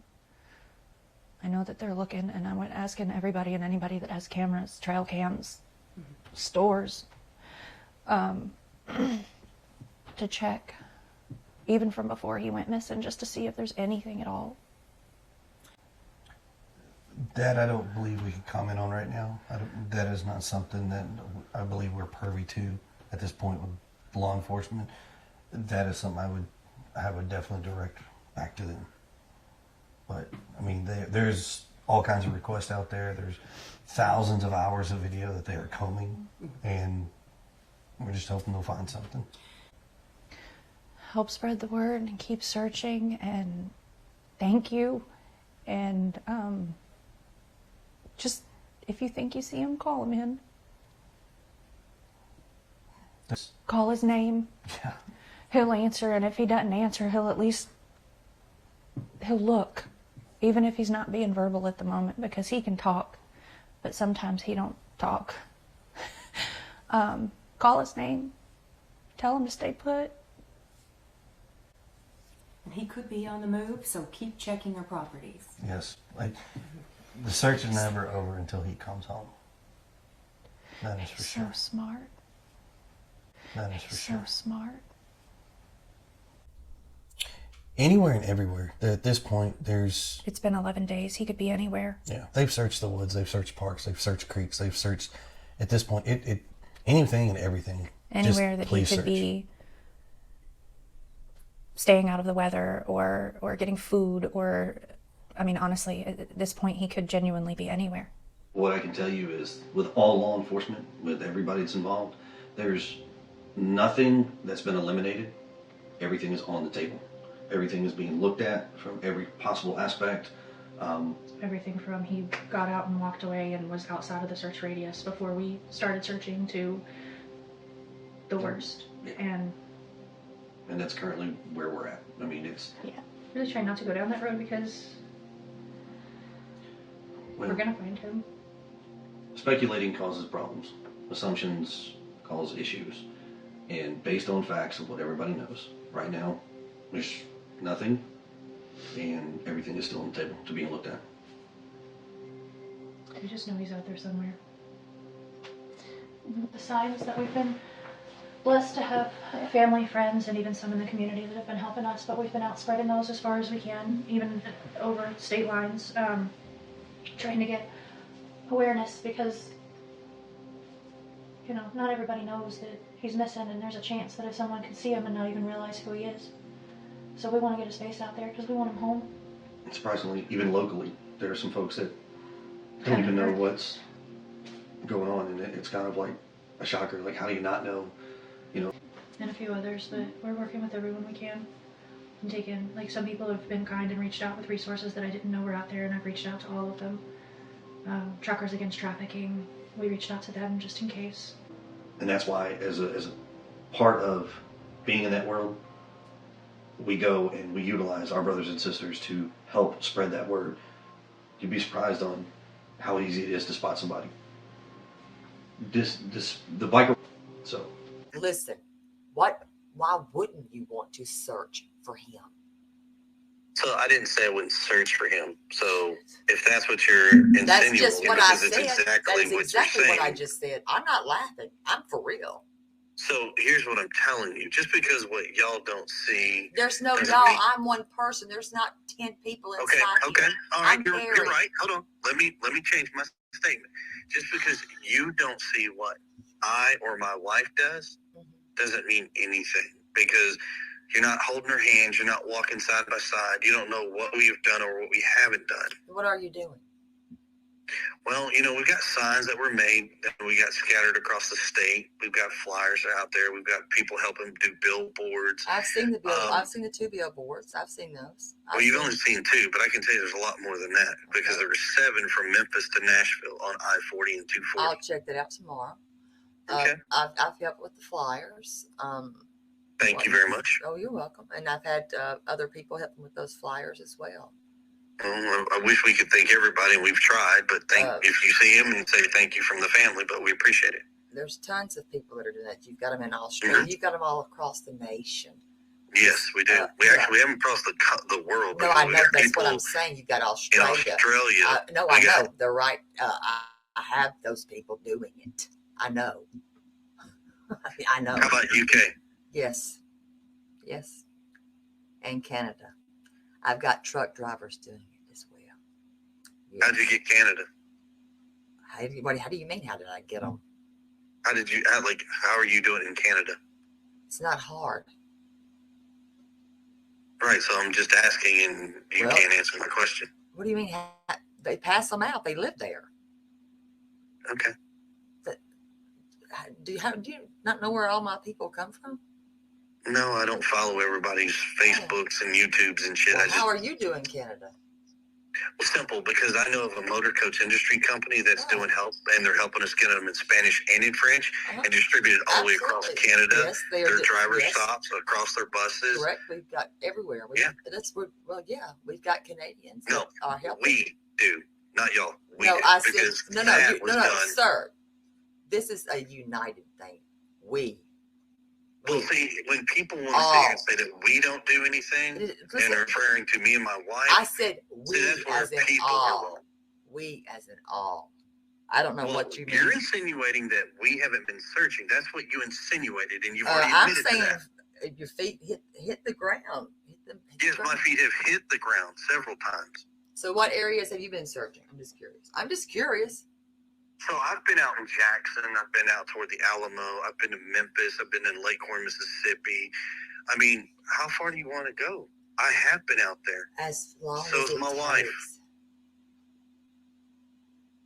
So I'm not. It's not a measuring contest to see who's doing how much and. How about Natchez Trace State Park tomorrow? You gonna be there? No, I won't be there tomorrow because I'm busy tomorrow. I've got other things that I have to do.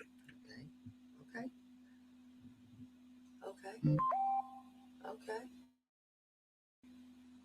What about Mississippi? What about after you do those things? I mean, there's a lot of things that you can do. Yes, I know. And we're doing them. And last time I checked, we're the ones that had the signs made. Last time I checked, we're the ones getting the signs distributed. Which signs? Are you talking about the ones in your yard? Yeah, the missing sign that are put out all the way across the state and in the other states. Yeah, those. The ones that are in the yards, the little ones in the yards. I've seen some of those. Yeah, those are ours, yeah. Is that more important, or what? I'm trying to say. No, it's not. It's not about. Is this a game? Is it a shitting or pissing contest here? Well, see, that's what you're insinuating. No, I'm not, because you're insinuating it, because you're saying this is what we've done. I'm like, what the hell? Who cares? Because you're insinuating we haven't done anything. Sir? You've got Seth going out, 5 o'clock in the morning? He's hitting the floor running. Okay, don't good for him. Unite and do it. I am glad. Good for him. Wow, really? Divide and conquer. That's divide and conquer. No, why don't you unite? Do it. Why put everybody in one place when you can spread people out and cover more ground? You just said you couldn't be there anyways. I'm curious. No, I can't, because there's something going on tomorrow. I just don't understand why your temperament goes up and down, up, down, up, down. And who paid for 7 damn billboards? Dutchess, the woman that raised, I know, for the 2. Actually, she didn't pay for those. She paid for 2 of those. She paid for the 2 that are here locally in Nashville. Thank you very much. That's what I just said, 2 of those. Yeah, that's not Memphis, like you were saying. So you paid for those, or did your family? It doesn't matter who paid for them. See, this is where you're trying to measure tit for tat. And No, you just said that since it's you're not telling me important. all about what you paid for them, then you did. No, I didn't tell you what I No, paid you for. paid I for. told I'm you just we gonna got say. them done. I'm just gonna say you did it. Well, then that's where you're wrong. But good luck. Have fun. Well, I'm Enjoy just your saying. night. But since we're 'Cause going, I'm not really in the mood to go tit for tat. I've no, told you you how to answer your are. questions. It's like we've got. And you're not. Get to the questions. Why are you so pissy? Because I'm tired. Are you always tired then? Because you seem to always be mad and angry. Well, if you'll get to the questions, we can wrap this up and I can get some sleep. If not, I'm still going to go to sleep. Oh, I'm sure you're going to sleep. Well, Yeah. let me ask you this. Since you're not going to be able to do any searching, will your wife be at the magistrate searching tomorrow? Okay, well, we don't know anything about the event for that, so You don't know anything? we didn't know anything about that, no. I thought y'all were on the same page. Y'all. Who's y'all? You, her, and Seth. Y'all Actually, hold on. What? So let me clear something up real quick about that. No, we're not on the same page. In the beginning, we were on the same page. We were all on the same page. We're not on the same page. What happened?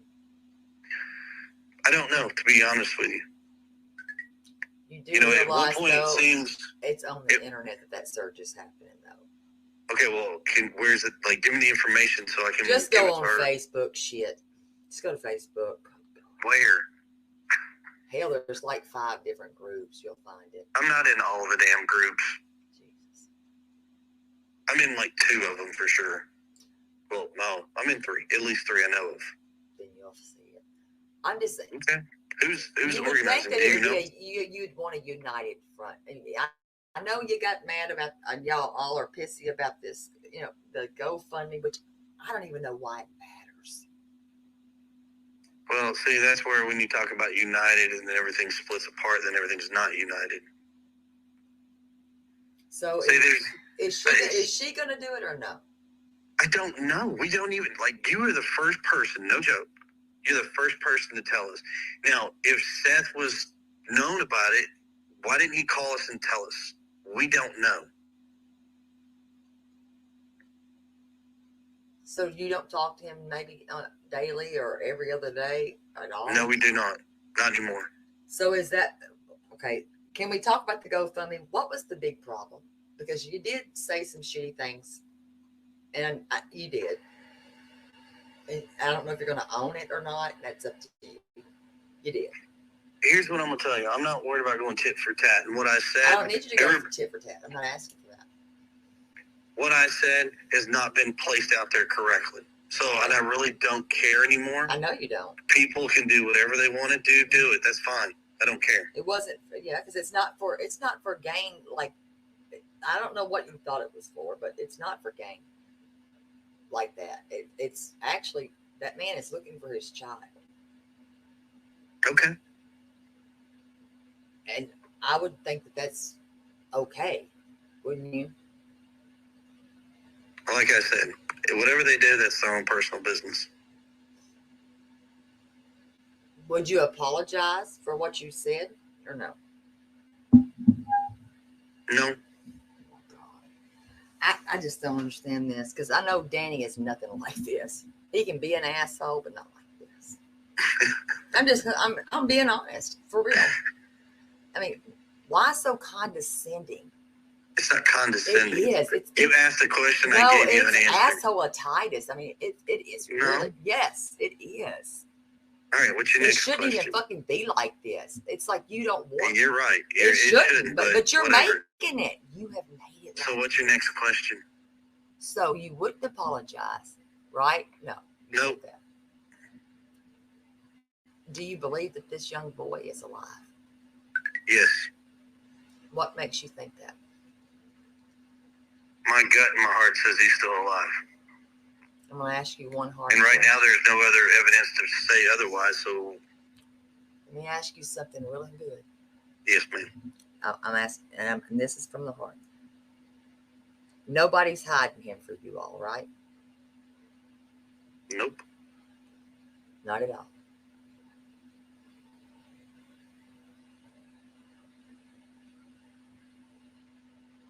Not at all? Nope.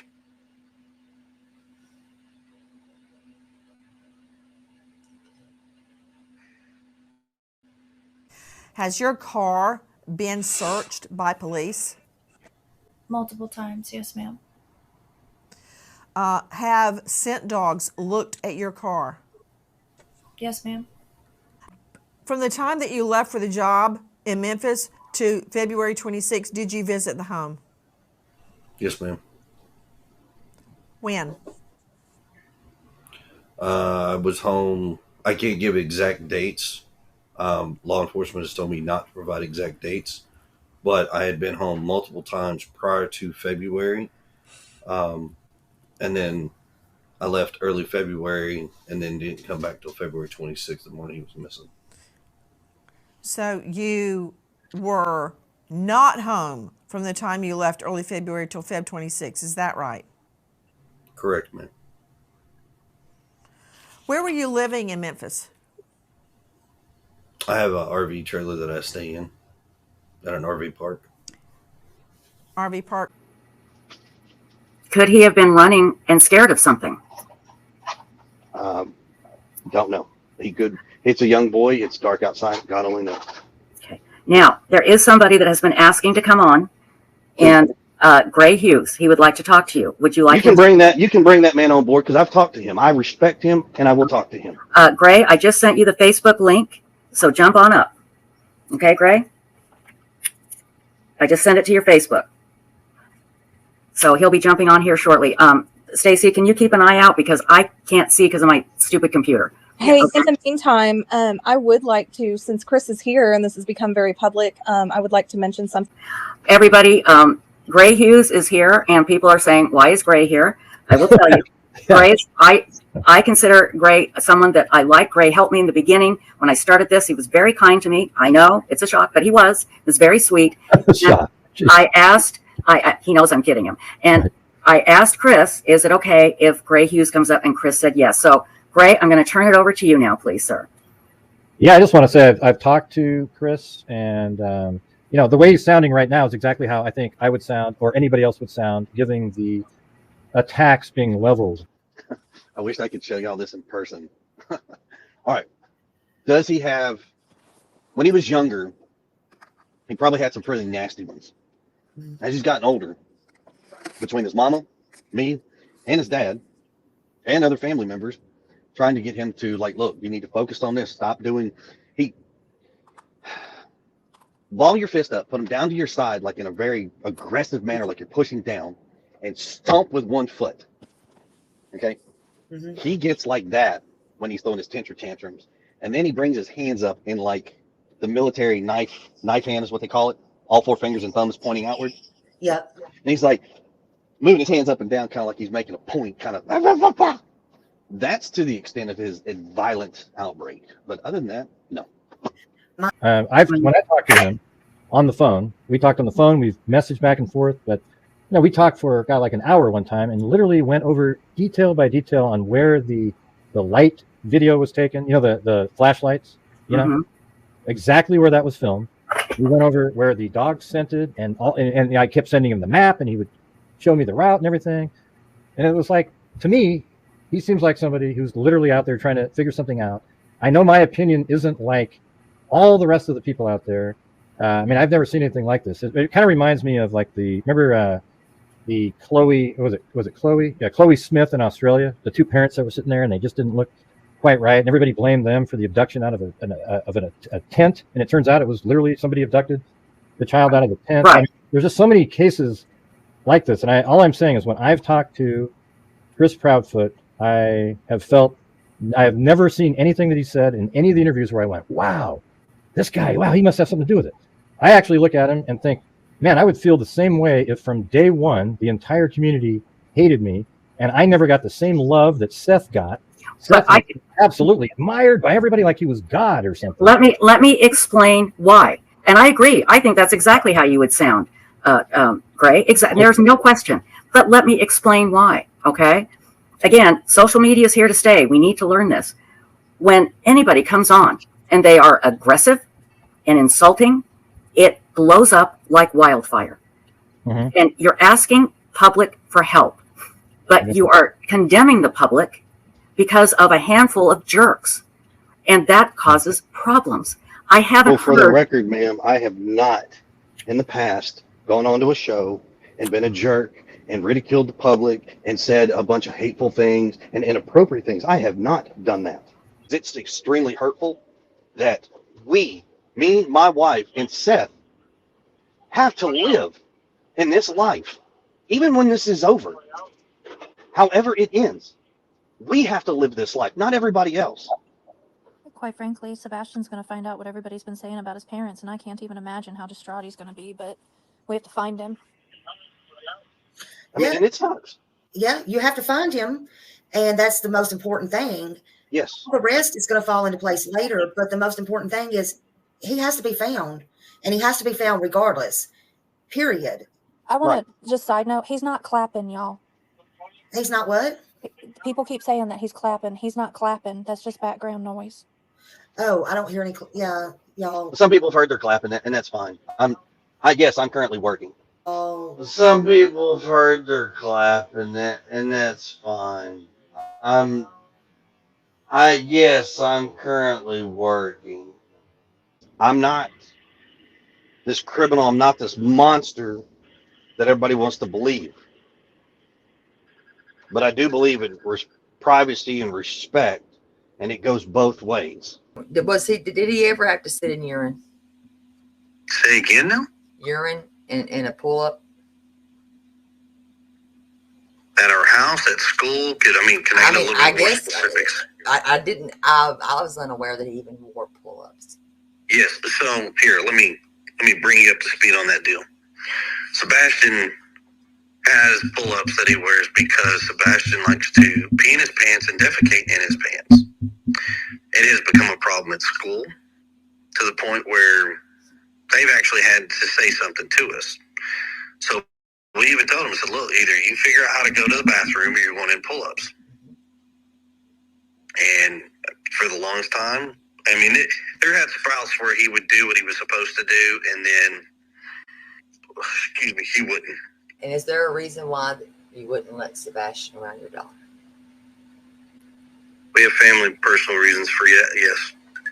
And am I going to go into detail with you? You don't no, have to. And I don't go into detail with anybody. I know some. You don't have to. Trust me, you don't have to. Well, let's put it this way. I'm a stepdad to a 15-year-old young man. Okay? I came in Sebastian's life, roughly he was like 7, 8-ish.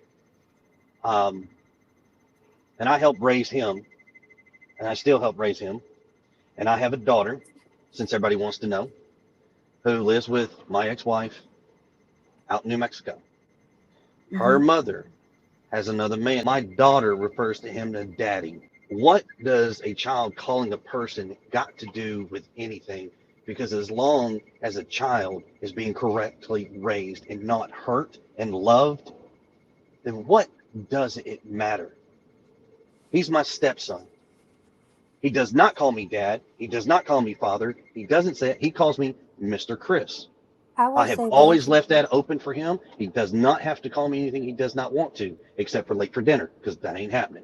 Right. Right. Seth said, or tell me about the snake. Well, I'll start at the beginning of the snakes. So, a long time ago, I actually used to breed reptiles. Snakes, gargoyle, reptile, all kinds of stuff. You name it, just about reptiles. I used to breed it. Love reptiles. One of my favorite things. In California, we actually had a snake. They had a bearded dragon. It died. But we wound up getting a snake. Well, Sebastian liked it. They is me and Bubba. We had a beardy. Yeah, I'm sorry. Right. But we had a Samontine boa. Sebastian liked the idea of having a snake. Well, Oh, he loved that thing. he's never had one that was his snake, his own snake. Now, mind you, when I do something, I go all in. I don't half-ass do it. So, I purchased, however, I've got friends that are in the world still that are in that business, and we all chit-chat. And I wind up coming across, basically I had like about 30 snakes at one given time. All of them were ball pythons. Mhm. I didn't have anything retic. I didn't have anything massive, poisonous, or anything like that. Well, Sebastian was infatuated with one of the snakes that one of the breeders I deal with had. And it's the picture that the snake that you see in the picture that's wrapped around his arm. That is his personal pastel ball python named Brownie. That is his personal snake. He loved them. The downside, like it got to a point with mom's work, my work, and I told Sebastian, I said, having a snake means responsibilities. You're going to clean it. You're going to have to feed it. You're going to water it. You're going to do all that stuff. And he If you actually don't, did. He what, Katie? I said, and he did for a little while. And then he stopped. yeah. And parenting is, and I think everybody understands this. When you're a parent, you're not your kid's best friends. You're not. That's not what your job is. Your job is to be a parent. And I told Sebastian, if you don't, she's gone. And he thought I was kidding. Nope. So when I got rid of one, I got rid of them all. Now, when I say got rid of them, a friend of mine, local in Nashville, he got them because he's a good breeder, great guy. And he's like, if you ever want him, come get him, blah, blah, blah. I was like, all right, man, appreciate it. But right now, he's not doing what he's supposed to do. So right now, we're not just hang tight with him. So we got rid of the snakes. No, his dad couldn't take them. Well, his dad was going to take 30 snakes. I mean, because 30 snakes, you're talking a big old rack, all kinds of stuff. I mean, and you've got to deal with the food, which is going to be rats and things like that. People don't want to deal with that. Yeah, it's just a question. I mean, I know I wouldn't. It's just a question. It was a question because I wondered, like, I could tell in the picture he really liked it. So that was one of his, pets, and so I just wondered. I mean, to this day, I call him my buddy. Mm-hmm. If Sebastian wants to go, I can call him up. We'll head over to his snake, his big old snake. He's got a building full of them, and that's where ours are. And he's like, "You want to see him? Just come on over, man. Whatever, just call me up." Cool. It's right. Lessons have to be taught. I'm a very firm believer. It is what it is. Is it always gone forever? No, not necessarily. But you're going to earn it back. It's not just going to be handed to you. Because I did say I would give him a cat. Oh, nope. When he stays at your house. No, he will be getting a cat. And then it goes to his father's because it ain't coming. It will be coming to your house. No, it won't. Yes, it will. Okay.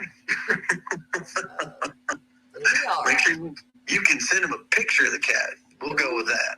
That's rude. Are you allergic to cats, by the way? Yes, I am allergic to cats. That's why we don't have cats. And trust me, I live. You can take Benadryl. Get over it. No. You got issues. I'm just saying, you got issues. It's bad. It's real bad. Benadryl. You do get used to their dander the more that you have them. Honestly. You know what? All right. So I did tell Sebastian he could have a cat. I did. I was like, you can have a Sphinx cat. A what? A Sphinx. Yeah. I told him he could have one. And no bullshit. I actually those one things day. are wrinkly. Well, so there was one day I almost gave in, and went to this. It was a reptile show. Went to see a buddy of mine, and they had God, I don't know the name of the cat. My wife could have to tell you. A hairless. No, it wasn't hairless. This was not hair. It was some type of hypoallergenic cat. I don't know him. I only have a black exactly. He's sexy. His name is Chevy. But That's my husband. I almost broke down and bought this cat for him because he wanted a cat so damn bad. I got a cat for him. I've got Little Man Jr. He's black. He's beautiful. He's sexy. Almost as sexy as Kevin. That's gonna go to his dad's house. No, but actually no. It's gonna be your house. But I almost broke down and bought him a cat, and then, sure as shit, he got in trouble. I'll steal Little Man Jr. You'll love him. So we didn't buy the cat, but I mean, I was close. How much was the cat? Hell, I don't remember. It was at a reptile show. So a reptile show. Oh God, no. I'm good for everyone. Well, those shows, actually, it was the exotic pet show. It wasn't a reptile show. But, what kind of reptiles going? Oh no, exotic. It was an exotic pet show. I don't know what that is. anything and everything that's I don't not like snakes. your basic animals. Oh, I'm scared of snakes. They're gross. Well, they had monkeys. They I had like, other I like stuff. monkeys. I think you're talking like a Devon cat, Devon Rex cat, or something like that. I don't know. I'm not a cat. Anyway, so I got a black cat. a little quick story. So when me and his mom started dating, and we decided we were going to move in together, she had 2 cats. I was like, I can't, not with cats. So my allergies, I can't do it. And my daughter actually has allergies to cats as well. And I told her, I said, look, if we're going to make a run with this, I'm sorry, but you're going to make a decision. The cats are me. And oh, honey, you be out the damn door. I'm sorry. Because my husband stays. Kevin is my husband. That cat is my life. Something's wrong with you. That cat's my heart and soul. It's my life. The funny thing is, I'm sorry. Bye, bitch. Bye. Oh, Lord. You know, I mean, We are the cats. I told her, and I said I was cool either way. I was cool with it either way. Oh, no. But Sebastian, still to this day, has never let me live that down. Still to this day. Well, that's why he deserves Little Man Jr. I've got his cat. Little Man Jr. He's a beautiful black cat. He's a little bit smaller than my husband, Kevin. Kevin is a Cajun. He's got a green card. He's Cajun, though. So here's the thing. The reason he's going to go to his dad's house with it is because you know, everything goes to plan. He was supposed to go to his dad's house anyway. So y'all were going to take the cat. I got you. Y'all already set that up. Y'all going to buy that damn cat and got it. No. That was done way before the rest of that was decided. Well, before she let you in, so I got it. How many cats did she have? I don't think 2. What color were her cats? I don't know. That's how much you didn't like her cats. I don't like cats in general. That's what's wrong with you. I knew I didn't like your ass. I knew I didn't like you because you don't like cats. You'll never get to meet my husband. Fans, and I'm a dog fan. I love dogs. I love Belgian Malinois. I love dogs, but I love good taste in dogs. Those are beautiful dogs. They're beautiful dogs. Yes, very smart. They are. They're really good dogs. They are guard dogs. That's the best dog to ever have to guard your house. It's the best alarm system you'll ever own. You would never have to have an alarm system. You have it, but let's get back to my cat, my husband, Kevin, that you don't like.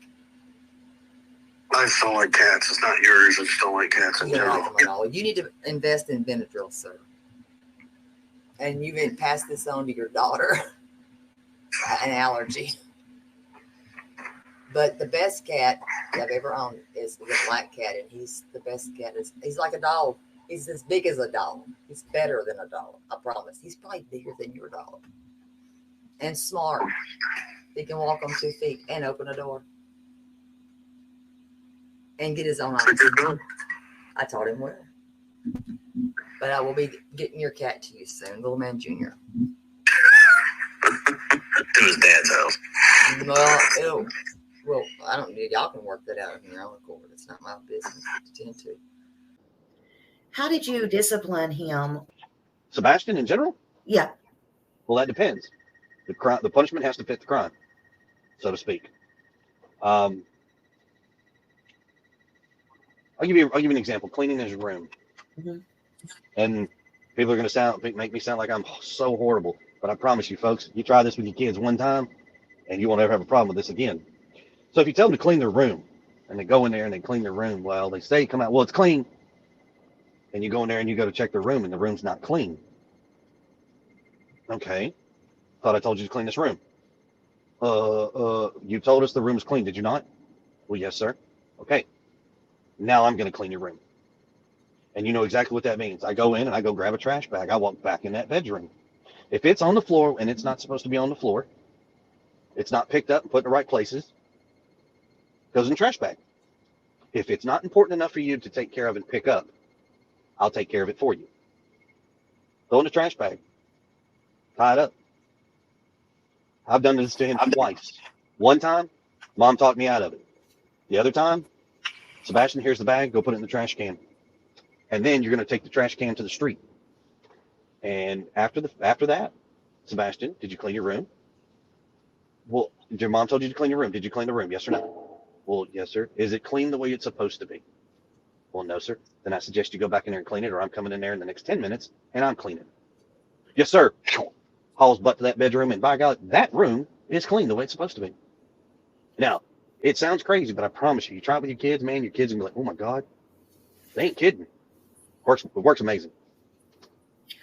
Do you feel like that he was ever a burden at all on you or your relationship, either one of you? Was my stepson a burden in my marriage? Yeah. No. Oh. No. The burden, so what has always been a struggle, and anybody who's married and has, you're a step parent, okay, that struggle of being able to, yes, very much. And then you've got discipline on top of it, and, what you can do, what you can't do, because you've got the other parent and this parent, that's always a struggle. When you can get on the same page with each other, and finally everybody understands it, right, man, it is a beautiful picture. Beautiful. Now, am I saying everything's sunshine and rainbows? No, it's not. Right. But it ain't high tides and tsunamis either. So if you and his mom ever argued, and that's in every marriage, like, would Sebastian ever jump between y'all? Like physically? Yeah. No. We don't fight and yell and scream or any of that like violent type stuff. We tend to take it behind closed door in our bedroom and have a conversation because the children should never be exposed to that. That's between us, not them. Typically triggers the outburst. I wish I could show y'all this in person. All right. Does he have, when he was younger, he probably had some pretty nasty ones. As he's gotten older, between his mama, me, and his dad, and other family members, trying to get him to, like, look, you need to focus on this. Stop doing, ball your fist up, put them down to your side, like in a very aggressive manner, like you're pushing down, and stomp with one foot. Okay? He gets like that when he's throwing his tantrums. And then he brings his hands up in like the military knife hand is what they call it. All four fingers and thumbs pointing outward. And he's like moving his hands up and down, kind of like he's making a point, kind of. That's to the extent of his violent outbreak. But other than that, no. And we have like a scale that we work on, like what is the problem that's frustrating you? Is it like a 0, 1, 2, 3? And then, okay, well, what's your response to that, type thing. So, yes, he does interact with other children and people, but he struggles to form those like stronger bonds with people. He likes to dance. Yeah, dance. I mean, now, granted, what you call dancing, what I call dancing, and what he calls dancing, totally different. He's definitely got a unique rhythm. Yeah. But he loves to dance. So I'm sorry that folks are upset that day one, Katie and I were not on TV or on YouTube expressing everything. Well, you say that, but as you said, social media is here to stay. Absolutely. So with that being in mind, you're one, and there are millions out there that think otherwise.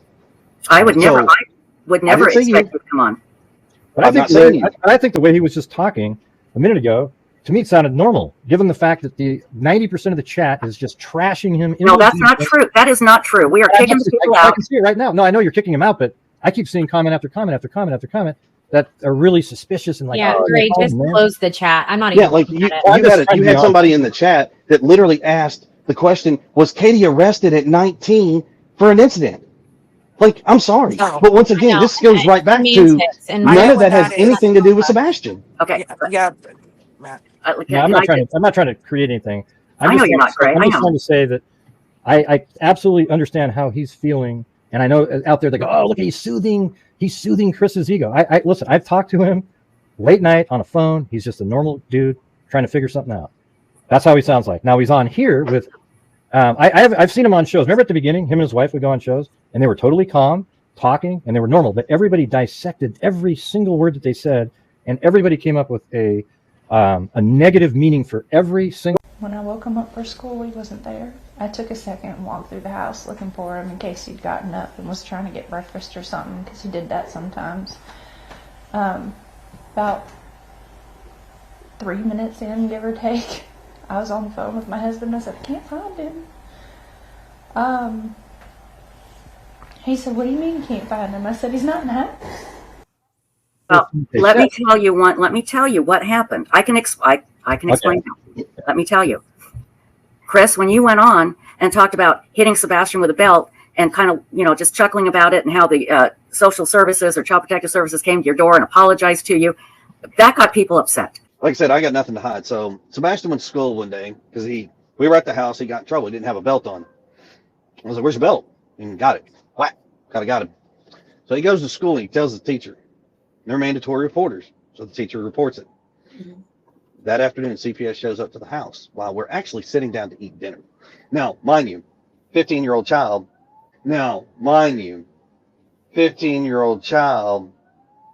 He's not real happy because he's in trouble, so he's being punished. So he shows, he makes a report. They come to the house, and the lady who comes to the house is the same lady we've had. She's had a case before. Now, the case that was before was something that didn't even happen, and it's like 3 stories that were shoved into one. And when they finally got it debunked, they were like, "Oh, he got so mixed up in telling one story, it mixed into 3, and it caused a commotion." Well, they canceled that out. So the one on me, she shows up, and I said, "Hey, how you doing?" It's her again. She's like, "Oh, hey." She goes, "Hey, I'm already don't." She's like, "Don't tell me anything, but I'm gonna tell you what I know happened." And I said, "Okay." She goes, "Boom, boom, boom." She told me exactly what happened. I said, "Yes, ma'am." She goes, "Oh my God." I said, "Yes, ma'am. This is how it's been." Sebastian thought by telling on me, making it sound like I was so horrible that I was going to get in trouble over something stupid. And I was like, "No, Sebastian, you got punished, man. You got punished." And he was like, but, and I was like, "You got punished." And the lady took him outside. She goes, "Sebastian, just because you get in trouble and you get punished, you need to understand when you go and you say things about people and you lie and you fabricate things and you make it sound worse than what it is, sir, you can get in trouble for that." So that happened, and the lady was like, "I am so sorry." And I said, "No, he's just a child. He's upset. It is what it is. I'm okay with it." Mm-hmm. He sat that back down at the dinner table and was like, "See, eat your food." And we went back, and everything's been fine. I'm sorry, I have to. Y'all, for clarification, no, I did not allow him to beat my son with a belt. He did not beat my son with a belt. Have I ever used a belt on Sebastian? Yes. Okay. Outside of his clothes, on his buttocks. My understanding this, you hit him with a belt because he didn't have a belt. No. Okay. No. So the question about hitting him on the outside of his clothes, on his butt with a belt, that was something that he got in trouble for because he lied to us, and he got one lick. It got but right, let's clear that real quick. Okay. That needs to be cleared up because what was said and what people heard are 2 totally different things. I heard you say you hit him with a belt. Okay, so let me finish because that's the problem. When I go to make the statement, people want to interrupt and try to say, well, this and that. No, you wanted the answer. I'm giving you the answer. Now, when I answered that question, I told people Sebastian got a spanking. He got one lick on his butt outside of his clothes. If somebody can tell me how that's abuse to a child, explain to me. Can you confirm when that happened? That was years ago. Now, mind you, 15-year-old child. I got spanked by a belt and wooden spoon by my mom for years. So, but let's not sidetrack. Let's stay on board. Okay. So the question about the CPS thing that came up to play that everybody wants to tie to this belt is not what it was. Okay. Well, I think it was confusing because when you initially talked about it, you referred to him as an embarrassed 15-year-old. So yes, you did. Like it was years ago. Now, mind you, 15-year-old child. We thought it was like right recently. Well, instead of asking more clarification, let's clear it up. So, as it stands, Sebastian went to school one day. He made a statement to a teacher. The teacher reports it to CPS. CPS comes to the house. That case has nothing to do with Sebastian getting spanked. So Sebastian went to school one day because we were at the house. He got in trouble. He didn't have a belt on. I was like, "Where's your belt?" And got it. Whack. Got him. So he goes to school and he tells the teacher. They're mandatory reporters. So the teacher reports it. Mm-hmm. That afternoon, CPS shows up to the house while we're actually sitting down to eat dinner. That had everything to do with Sebastian didn't like being in trouble. So he thought by reporting it to a teacher, they were going to come to the house and they're going to take me out of the house and do this and do that. That is what the CPS case was about. And yes, I laughed at it because when I explained to Sebastian, very detailed, what happened, he thought it was a joke. When the CPS lady shows up and looks at him and says, "Sebastian, you can't false report. That will get people in trouble and you can get in trouble." And then she explained to him what happens. What did he say you did to him? Can I ask you, what does that have to do with the price of eggs in China when it comes to the disappearance of Sebastian? Because I'll tell you why. Because you're wondering why people are coming at you. And yes, because he was in your home last. That was the last place he was seen. Yes, so he was. When we hear these things, it's like, okay, let's just clear it up and see what happened. Because I'll tell you why. Because people, I'm not saying me, but I've seen people say, "Hey, he was hitting his child. He reported it to his teacher. Did something happen? Was there an explosive incident that happened?" No, absolutely nothing of that nature. Okay. And for people to not understand, when you discipline a child, there's a difference in discipline and abuse. There truly is a difference. But I think hitting anybody with a belt is abuse. I'm sorry, I do. And a lot of people agree with me, and that's the problem. And so guess what? That's the great thing. That's the great thing about having your opinion. Yes. That's an opinion. That's not a fact. That's opinion. Okay. I think a belt is abuse, but that's my again. Well, if I was leaving bruises and marks on a child, that's abuse. That would be considered abuse. Okay. Yeah. I mean, so by definition, that's weird. That's what I'm trying to get y'all to understand. You can say your opinion, and that is fine, but you have to back it up and say, what I'm stating is just an opinion. There's no fact to it.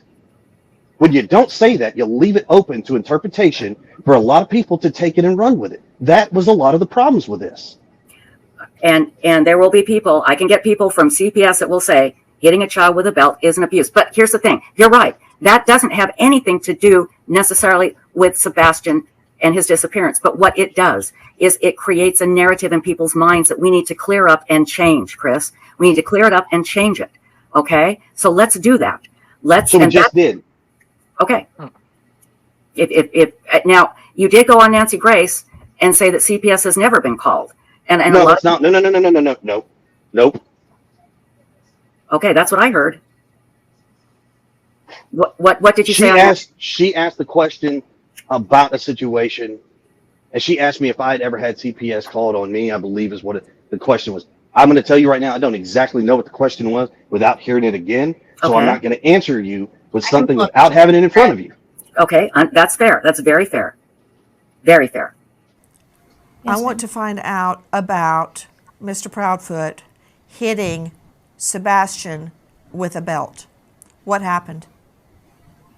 That was actually several years ago, and it to was Mr. Proudfoot. To Mr. Now, mind you, 15-year-old child, he's not real happy because he's in trouble, so he's being punished.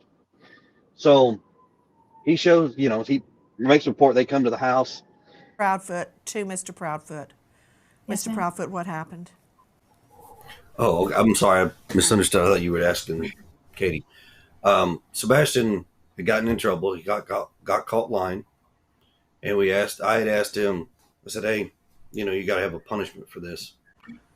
He says, "Yes, sir." And I said, "Okay." So I gave him a swat with a belt on his buttocks on the outside of his clothes. One swat. What did he lie about? Honestly, I don't remember at the time, but it was probably something dealing with school because that's majority where his issues lie. at school he does pretty well with a lot of the kids, but even that, they have to take breaks, because not him, but not just him, but even the other kids, they each have their unique interests and their unique ways of thinking and doing things, and so they get to each other and they have fun, and then something will happen and one or both will get frustrated, and so they got to time out and whatnot. So Sebastian went to school one day because we were at the house. He got in trouble. He didn't have a belt on. I was like, "Where's your belt?" And got it. Whack. Got him. So he goes to school and he tells the teacher. They're mandatory reporters, so the teacher reports it. Mm-hmm. That afternoon, CPS shows up to the house while we're actually sitting down to eat dinner. Did he have other issues at school? Some behavioral stuff, but nothing too crazy. What kind of behavioral stuff? He has a hard time. He's like awkwardly socially like blending in with students. So it's a little, he's trying to figure out how to do it, but respecting people's space. He gets a little too close. And then kids don't really accept that too much. So it kind of causes an issue. But he'll not stop and he continues on. So then it causes an issue. And instead of being honest about it, he'll lie like, "No, I didn't."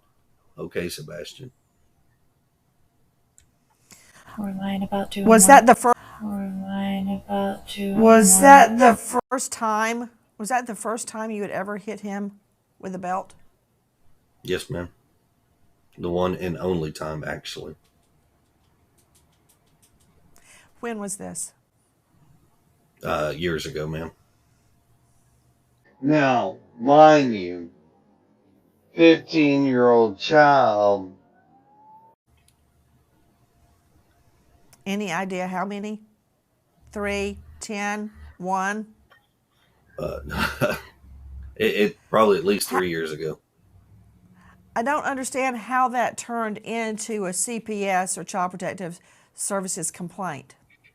How were they alerted that you hit him with a belt? That did not turn into a CPS service call. So Sebastian went to school one day because we were at the house. He got in trouble. He didn't have a belt on. I was like, "Where's your belt?" And got it. Whack. Got him. So he goes to school and he tells the teacher. They're mandatory reporters, so the teacher reports it. Mm-hmm. That afternoon, CPS shows up to the house while we're actually sitting down to eat dinner. I got a question about the belt incident. You're telling me that was the only time that you ever hit Sebastian with a belt? Yes, ma'am. And you're also telling me that did not make it to CPS? No, ma'am, that did not. And so let's move on. Okay, so nothing came of that from you hitting him with a belt. Has there ever been any, and people are going to ask, has there ever been any violence in your home as far as Sebastian is concerned? No. Okay, now Gray asked, why is Seth being treated so different? Because of how Chris came on and became so angry and did what you did tonight, Chris. You've done this before, and I think that's why, and Seth didn't. And I think that's the difference. Right, because I don't feed out of people's hands. I don't feed into what people think. I don't, and once again, that's the difference. But how about just saying thank you to the people that want to help you? Okay, well, that's simple. There's a difference in me saying thank you to everyone, which if you go back and listen to every single interview I have done, I have told everybody, thank you for everything that you have done. There's not enough thank you in this world. We can't begin to describe how much we appreciate it. I have said this. Mm-hmm. Go back to one video and show me where I haven't. I've also said that our family prays for everybody else, and we love you all, regardless of what you think. But you know what? Once again. Yeah. I think when his first interview, you got to admit, his first few interviews were really calm. The one on, I can't remember the names of their channels, but he was on multiple channels, calmly talking. Both of them were. And yet the public was already angry with him before he became angry on a show because that was definitely later. You got to admit, like his first 3 or 4, both of them. And I can tell you why. Because he said he hit Sebastian with a belt. That made people angry. Which interview was that? It was the very first one I heard. with I can't remember. Smiley stories. I Yes, can try yes. to pull up a transcript at some point. Yes, it was on the Smiley story. Yes. That one. Okay. But yeah, but once I mean, again, but here's the thing: there is a perception. See, look at there you when I go. was growing up. I just want to say this. When I was growing up, my mom spanked me with a belt, wooden spoon, everything, and she's the greatest mom I've ever. I mean, like, just awesome. There was no. I didn't ever feel like it was abuse. Things have changed though over time. Like nowadays, it's considered abuse, and maybe that sort of is affecting how our society has changed quite a bit. But it's like, but the thing is it used to be totally normal, and it is still sort of normal in some families. As long, if you're not sitting there just wailing away for hours, like creating the bruises, like Chris was saying, it's just sort of. I mean, I think it's sort of normal for a lot of people in society. It might not be for some people, but I think I don't know. I think if you took a poll and people were off, not in this particular chat right here, it wouldn't be as high as you might think. It's not going to be 99% of the people. It'd be like 50-50 on whether or not. Mm-hmm. Yeah, I mean, I think that's a little bit anecdotal. But once again, could we talk about the thud that Katie heard? Yes, that's a good one. Let's talk about the thud. And I apologize. I had your name spelled wrong. Everybody that knows me, Chris, knows I'm the worst speller in the world. And I thought I put Proudfoot, and I didn't. About spelling. So I apologize. I'm not the best speller either. So I do apologize for that, sir. I put Proud Food one time when I wrote it. Yeah. So I've been called Bradford, Proud Food, Brownfoot, all kinds of stuff. So sorry. Really, I thought I put Proudfoot. Seth is here.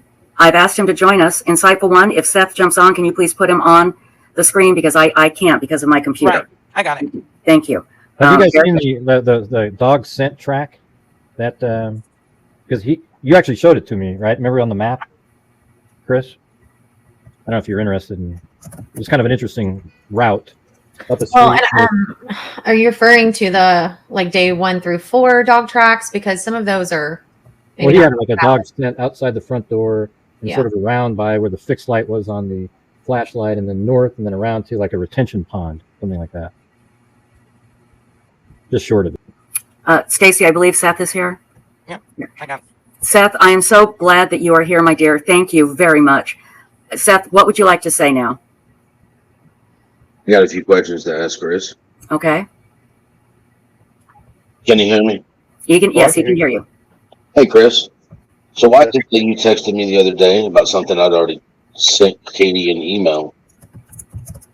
Say it one more time. All I heard was something about an email sent. Why did you text me about an email I sent on Monday to Katie? Because I didn't see the information in what you're referring to as Tony Mathis's phone number. I didn't see it. So that's why I asked for it. I mean, come on, Chris. If we're going to work together, more than a week communication between the people that I'm sending stuff to you and Katie. Okay, so hear me out. I told you. I told you. Okay. I told Let's you not come Seth, into that we will hot, work okay? together. All right. I explained to you I'm willing to work with you. You asked me some questions in regard to this dog handler. You asked me questions in regards to going on a social media platform. You've asked me questions about hiring a PR person that will speak for all of us and keep everybody off of these platforms. That's what you asked. Now, if you think I'm not going to do my homework and dig into people and find out who they are first, you're crazy. Because I would expect you to do the exact same thing if I gave you a name. I don't know what's going on, but did that solve it, I hope? Oh, Seth? Seth gone? It looked like he Uh-oh. I think so. Wait, is this Seth? Did Seth jump off? Let's see. We've got me, Stacy. Yeah. How about I'll get off the panel. I'm sure that'll make a lot of people in the chat happy. But I just wanted, stop it. I just wanted to say that I understand what I've seen from the beginning is that there was sides chosen. Now I know you said because of this and because of that, but it was Seth good, Proudfoot's bad, and everybody has been in those camps, and they never really got a chance to breathe, and that's probably why Katie went to be with him, because she probably was scared to stay at home by herself, given these lunatics like JLR, et cetera, running around, chanting and screaming. It's insane. I agree. It's horrible. That's what I think. Yeah. Yep. Yeah, So that's it should not be that way. That's just kind of where I'm coming from. I appreciate. Have you guys been out looking for Sebastian? Yes, ma'am. Yes, ma'am. We were given information that you guys have left the home. Is that true? Yes, ma'am. Why? I'm going back to work. You're going back to work. What about you, Miss Proudfoot? No, I'm not going back to work. Not yet, at least. Did you leave the home also, Miss Proudfoot? Yes, ma'am. Why? To accompany my husband going back to work, and then I'm coming back. Okay, when will you be back? Do you know yet? No, not yet. Are you concerned about being away while the search is ongoing? Absolutely, I am. Then why are you going? Because my son could be anywhere, and we're looking everywhere and anywhere.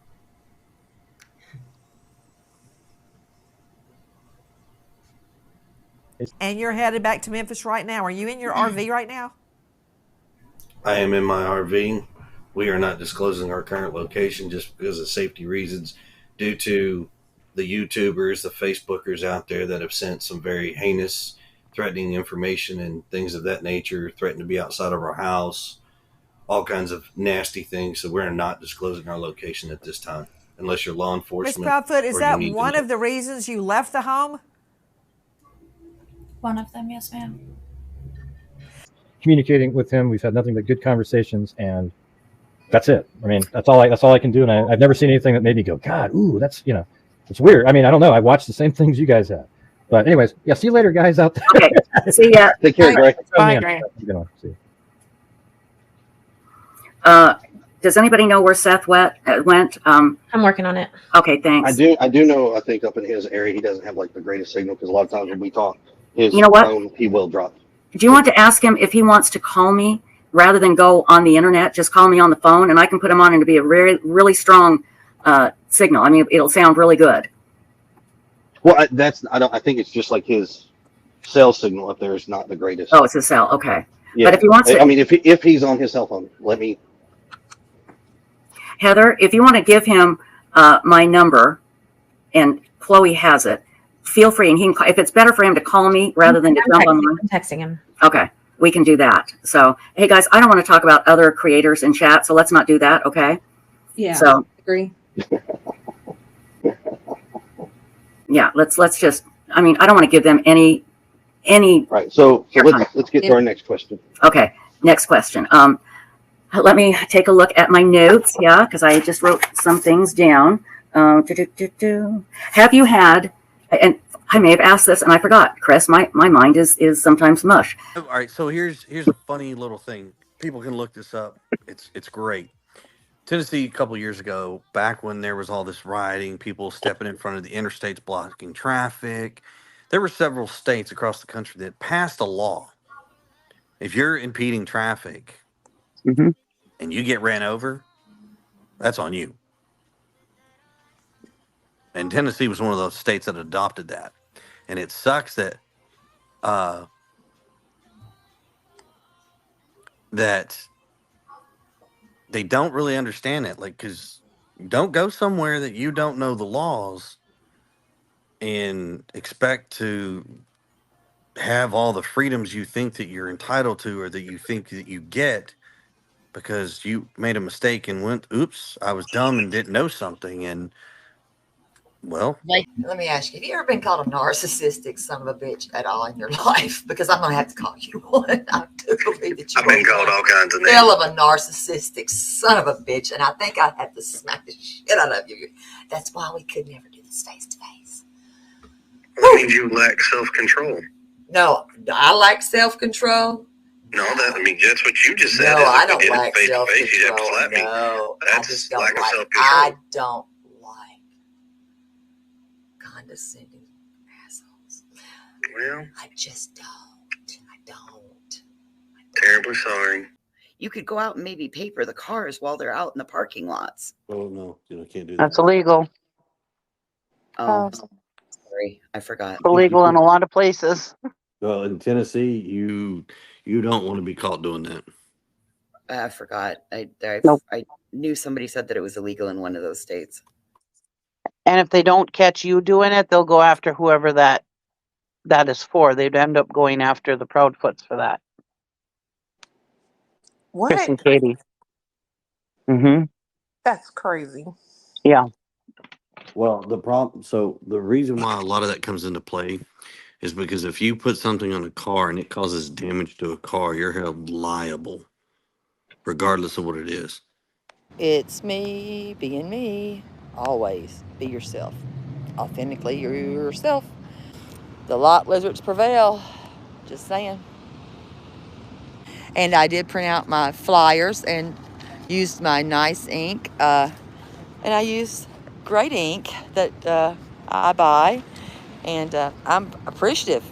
So, yeah, lot lizards. Y'all like that? Lot lizards. If you're going to be a lizard, you got to be a lot lizard, right? Right. Because you can't keep me down. When you're doing a good thing and the right thing, and God knows you're doing the right thing, what do I have to lose? He's on my side. Can I leave you with one of these, sweetie? He's been missing now for over 4 months. Oh, man, sure. I don't know if you're aware of it or not. I am, yeah. You are? I am. I've seen it going around. We're still trying to get him home. Oh, man. We're trying. I appreciate it. Yeah. Thank you.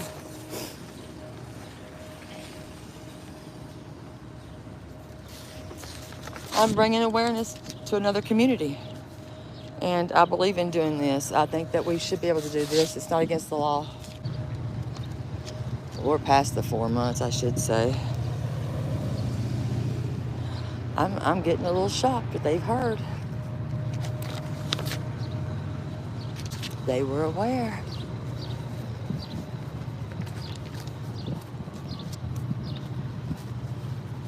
Well, listen, that's the only way that you can, is crowdsourcing. I want people to tell me, do y'all know about this child? I need to know. I want to know. We should know.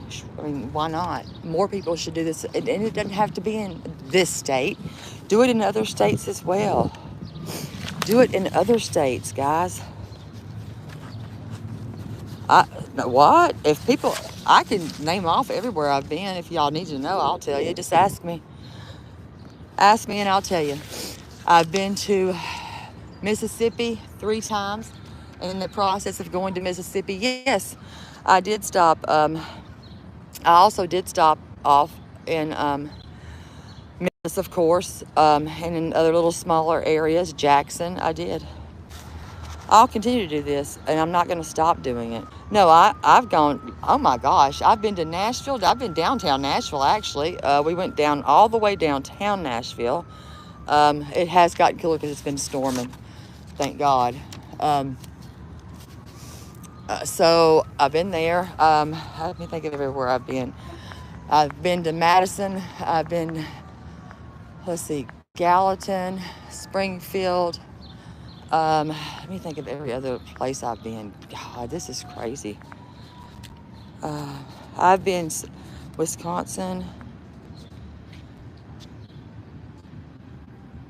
They knew of Sebastian. They did, thank God.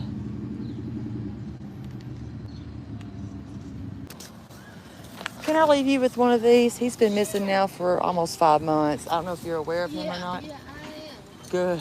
I wish they would, they'd find him or something, because I know it's been a while. We're going on our 5th month. It'll be the 5 months, the 26th. Yeah. We're going into that and nothing. And they're not even saying anything. And they're not even looking. Yeah. And that bothers me. Sad. That's really sad. It is. It's sad. It is.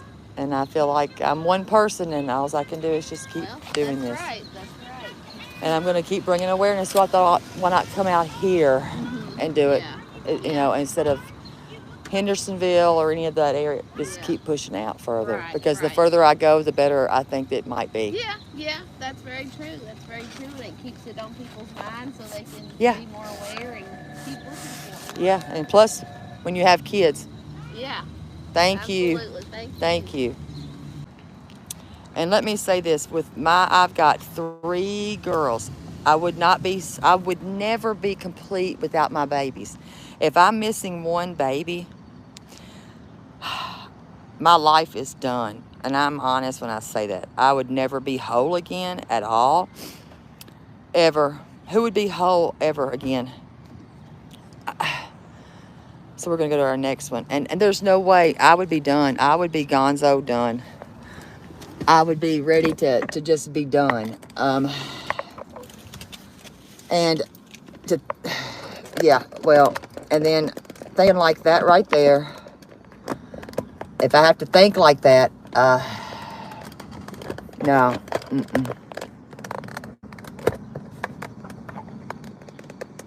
But here I am. I'm making people aware this child is missing. Child's missing. Really do. We're going to hit our next place, our next parking lot, because I do believe in crowdsourcing. I really do. I think that the more awareness that you can bring to something, in true crime, they teach you, you know, you have to start with, where did he go missing from? Who was the last ones to see him? Well, we know that. We do know that. Okay, he went to Beach High School. If y'all listened to all of that dispatch, they said that he would go to White House when he got upset. But why would that be his favorite school? I'm so damn... See, I thought that he lived... Okay, I'm going to check this last house. Because the last house that I have has a different address. So I'm a little... And that's my next question. Who told dispatch that's where he would go? I need to know which one said that. And then in the beginning, they said he wasn't... Okay, in the beginning... Hello, tit for tat. In the beginning, they did say this child was a runner. And he liked to hide in tight spots. Does anybody else remember that? Does anybody else remember that? Because I do have the screenshot still. And I know who said it. That he loves to hide in tight spaces. And also, don't forget, do not forget that that was also said by Chris's sister, that, oh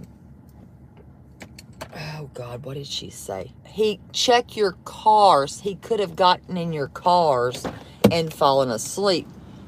Like, huh? Why would he be getting in people's cars? He might have just got in there and fell asleep in the back. I'm confused. Because I do recall this. Yeah. They said he was a runner, then they said he wasn't a runner. So which one is it? Yep, check the back seats of your cars. But why would you leave your cars unlocked? So we have to think outside the box a little bit on some of this stuff. We really do. Remember this part. Remember they said that we were invited to search now? But we had to sign up. Listen, that wasn't even fact, because hello, yours truly was there. No, they did not say we could do that. They didn't know what the hell we were talking about. We looked like crazy people, because that wasn't the facts. Let me just also say this now. I'm just going to go ahead and say it. So somebody tells you to go a certain direction. I went that direction, okay? You know where that direction led me? When I went north and northeast, it led me to his sister's house.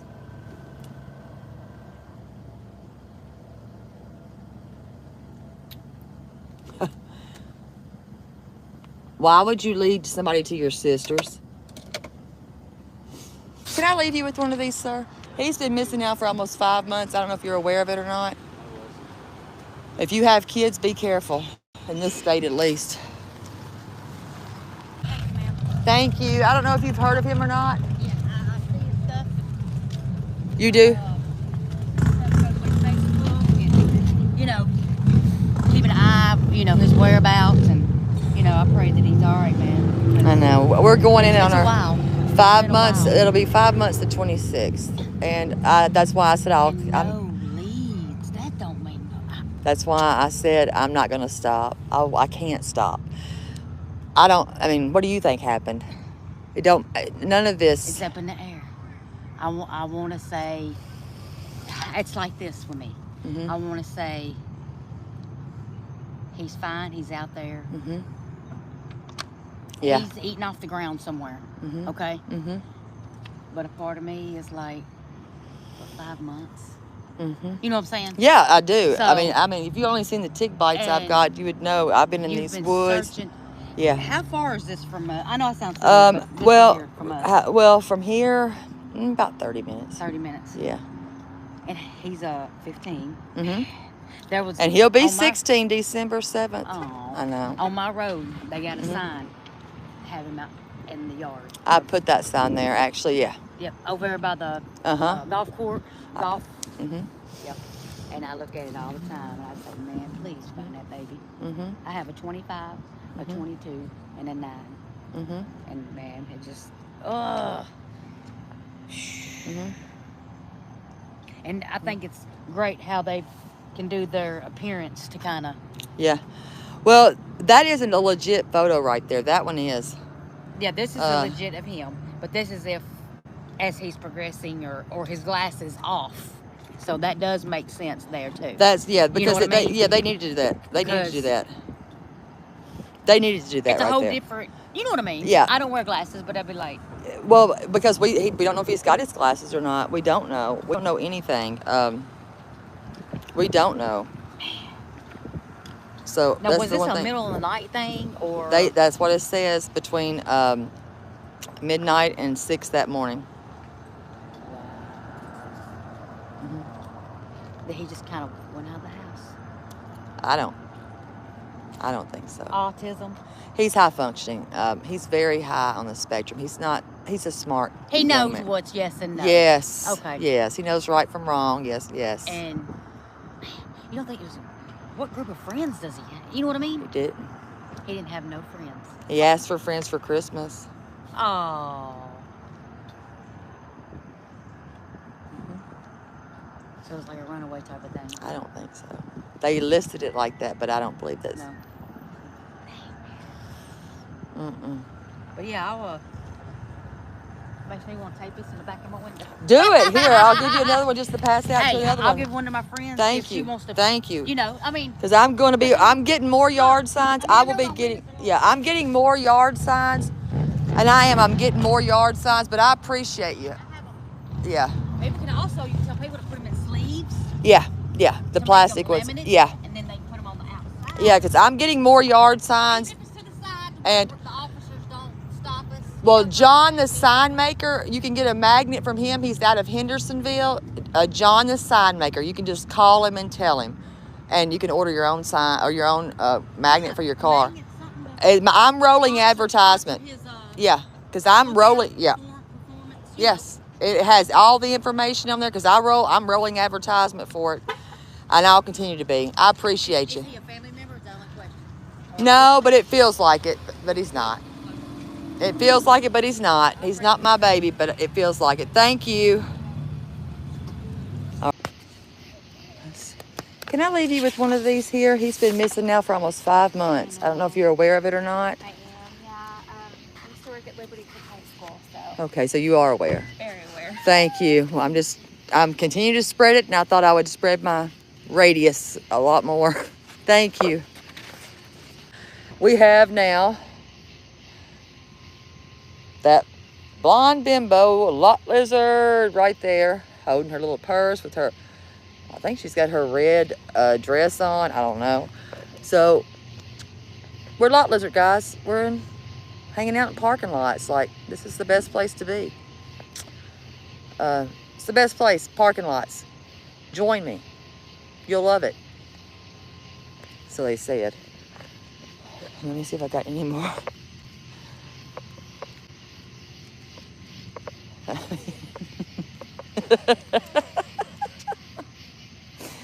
You have to laugh.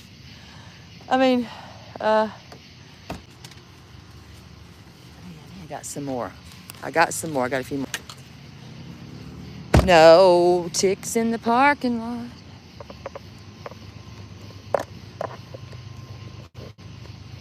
No ticks in the parking lot.